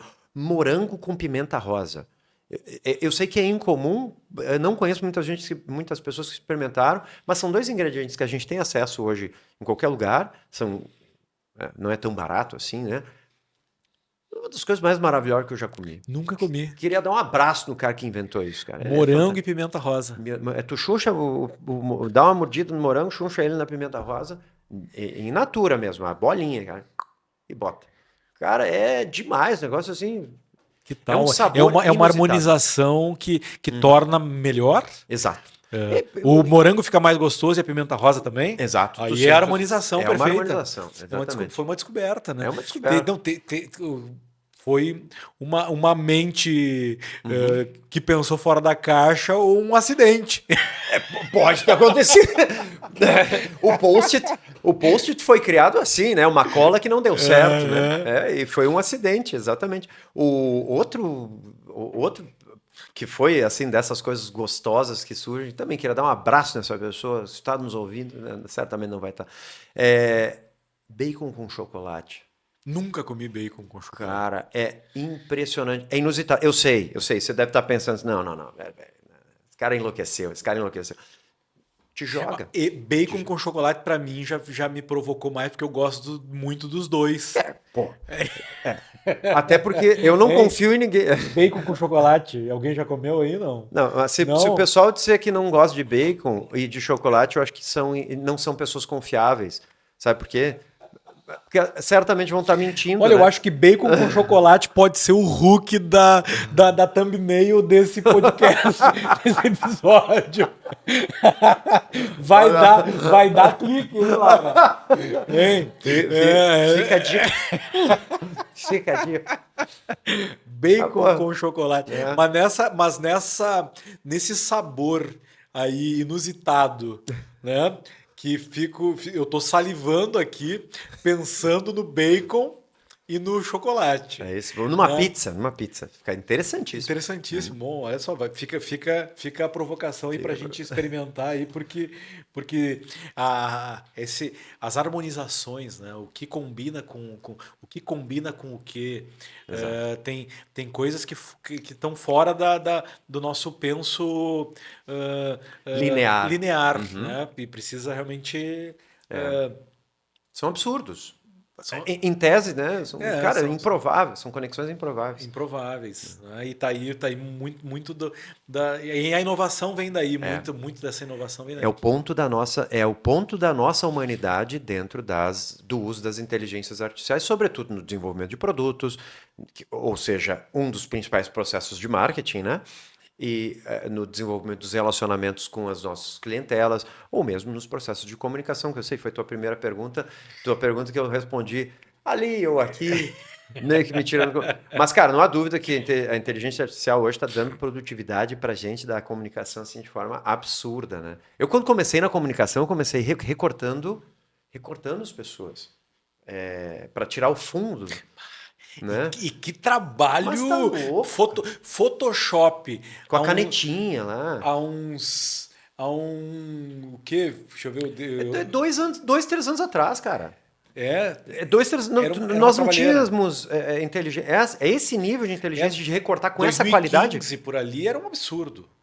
Era de recortar na mão daí. Na mão, né? Claro. Na mão, e ficava os fundos bem. Os defeitos ficavam. O cara que conseguia recortar perfeitamente. Cabelo. Cobrava no cabelo. Então, recortar cabelo é a pior parte, né? E hoje no Canva ali, tu remover fundo e tira o fundo. Tem de graça na internet hoje. Procura removedor de fundo na internet, vai achar uns 50. Não, mentira minha, mas uns 4, 5 de graça. Sabe?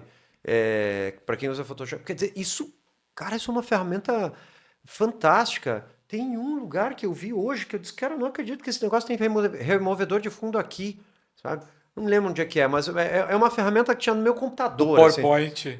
O PowerPoint tem removedor de Eu acho fundo. que deve ser, eu não É, sei, assim, enfim, então são só que coisas. não tinha qualidade algum tempo atrás. Quando eu usava É, aqui, hoje eu já não uso mais. a A gente usa o gente Canva, né? uso o Canva, uso o Google apresentações, ou usa algo. Mas o próprio Canva já tá Ali dominando é aí, né? maravilhoso. O Canva, aliás, o Canva, para quem é microempresário, é uma ferramenta extremamente barata de se assinar e excelente para você começar a se posicionar em comunicação mesmo.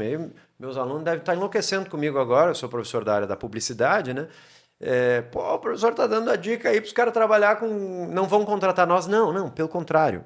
A dica está nesse sentido. Eu quero que você chegue num momento do seu negócio, numa estatura, num porte de negócio, que você tenha condições de contratar o meu aluno. Agora ficou, né, Lara? Né? Que você tenha condição de contratar o meu aluno. Ou seja, um publicitário profissional para fazer para você, porque você não vai mais ter tempo. E eu espero que você chegue nesse ponto. Quando você não tiver mais tempo de fazer a sua própria comunicação, é porque você está vendendo muito. Você está tendo muita ocupação dentro do seu negócio. Mas enquanto você precisa desse produto barato, né? Cara, o Canva é uma ferramenta cheia de inteligência artificial lá dentro, embarcada. Para você fazer a peça do vídeo, editar o vídeo. E é praticamente de graça, eu não sei, é 30 e... R$ 35 por É. aí. Pô, cara, eu sei, é dinheiro, claro que é dinheiro, mas assim, faz sentido pelo retorno que se espera, né? De você se posicionar nas redes sociais, de você conseguir fazer uma comunicação mais próxima com o seu cliente, inclusive por vídeo. Quero que tu deixe nessa mesma linha aí, falando com o empresário, com o gestor, com o líder, pequenas e médias empresas aí. Deixa o teu recado para eles aí, pensando essa perspectiva da, da inovação, do empreendedorismo, tá? E vamos encerrar esse nosso papo aí maravilhoso aí. Ah, tava bom, conversa boa. Eu vou puxar o violão. Agora sim, agora É. seguiu mais. Mas aí vamos trocar a kombucha pela cerveja, né? Aí a gente segue na conversa mais um tempinho. Maravilha. Olha, eu vou procurar ser breve, porque todos os recados, assim, eu acho que de alguma forma a gente já falou, mas eu acho que eu gosto de falar com a microempresa, Maurílio, porque a micro e pequena empresa ocupa 70% da força de trabalho brasileira. É a que mais emprega no Brasil, a que mais gera imposto, mais gera renda. E com todo respeito às grandes e médias empresas, o que eu estou dizendo só é que nas médias e grandes empresas a gente já tem um difícil dizer um conforto econômico, mas um estofo econômico que dá conta dos processos, né? Agora, a micro, ela é a realidade do Brasil. A micro ela nasce muito mais pela necessidade do empresário do que pela oportunidade, muitas vezes. E a gente falou muito sobre a oportunidade hoje. Então, um recado que eu poderia dar para esse microempresário é que tenha em mente que o que você faz é relevante para o Brasil, que o que você faz é extremamente relevante para a sociedade, que você é um dos principais motores da nossa economia. E eu estou te falando isso porque eu sei que o teu travesseiro não é tão fofo quanto deveria ser. Ou seja, que o teu sono não é tão bom quanto deveria ser, porque a economia das microempresas no Brasil não é tão boa quanto deveria ser, mas o teu trabalho é. E para ficar melhor, tem uma coisa que a gente pode comprar e que é valiosa para qualquer marca. Chama-se reconhecimento de marca. Reconhecimento de marca se compra, se conquista e se compra. Reconhecimento de marca é a credibilidade que o teu negócio tem diante de muitas pessoas. É ser conhecido por muitas pessoas e como a gente é conhecido por elas. Então não te esqueça de se comunicar com essas pessoas, que são os teus possíveis clientes. Se comunique de forma gentil, amigável, humana, sincera e tentando buscar nessas relações conexão com aquilo que a gente falou durante o nosso episódio, que foi as suas necessidades básicas, as necessidades da existência humana. E se ficar com alguma dificuldade para descobrir quais são essas necessidades, procura no ChatGPT. Que maravilha, que maravilha. Nós estamos aqui formando um exército de empreendedores do bem. Bora. Nós temos uma visão de conectar 10 mil empreendedores do bem aqui na Rede Empreendedores. No YouTube nós estamos chegando aí nos 9 mil. Tá? No YouTube nós estamos chegando nos 9 mil. E aí se tu assinar o canal aí, a gente vai chegar logo nos 10 mil. E compartilhe esse episódio com outras pessoas, tá? Assine o nosso canal, deixa aquele gostei ou não gostei aí no nosso episódio de hoje. Eu sei que eu te interrompi, mas Vai lá, vai firme. quebrando o protocolo. Só faz isso se você achou relevante aquilo que a gente falou. Tá? O canal tem outros conteúdos aí. Se tu não gostou do episódio com o Lully, tu pode assistir ali que tem vídeo com várias pessoas. Então assinar o canal não depende disso. Agora, se tu não gostou do episódio, dá um não gostei. Não. Aí tu fica quieto e não faz nada. Se tu gostou, compartilha. Se não gostou, só não fala nada. Agora, Mas é bom até falar, porque daí dá engajamento, né? Dá total. Não, isso é autenticidade. É isso aí. Então pode falar. Fica à vontade. Não, porque é o seguinte, né? Aqui a gente está entre empreendedores, né? Tu é um cara que tu empreende dentro da Universidade Federal, isso eu sei que não é fácil fazer. Sim. Tá? Tu empreende na comunidade aí, fazendo um trabalho maravilhoso de extensão, levando o teu conhecimento. Tu já tem um reconhecimento aqui na nossa cidade, na nossa região. Isso é algo que tu construiu ao longo da tua caminhada, né? A gente está aqui hoje compartilhando um pouco da tua mentalidade, né, dos teus valores, da tua cultura, né? E acredito que a mentalidade humana tem a ver com tudo isso, esse conjunto dos valores, das nossas crenças, né? da linguagem e tudo isso, e deu para conhecer um pouquinho mais de ti aqui hoje. Não trouxemos dessa vez a parte musical e também como poeta, que eu fiquei sabendo hoje que tu é um poeta. Né? Eu fui só um recitador de poesia. Não foi tu que escreveu a poesia? Não fui eu que escrevi, mas um pouco de ator, sim. Sim. Um pouco de ator, um pouco. Então, com respeito aos atores profissionais, um pouco. E foi uma honra te receber aqui hoje. Né? E eu tenho certeza que tu transbordou muita coisa positiva aqui nesse episódio, e fica aí para o empresário, para o líder que chegou até esse momento aqui. Foi um bate-papo aí longo. E fica a gratidão, né? E a honra da tua presença aqui também. Esse foi o episódio número 9 do nosso podcast, e fica o convite aí para tu estar conosco nos próximos episódios e também assistindo alguns dos episódios que já estão ali disponíveis. Um grande abraço, beijo no coração aí, que Deus te abençoe. Até mais. Tchau!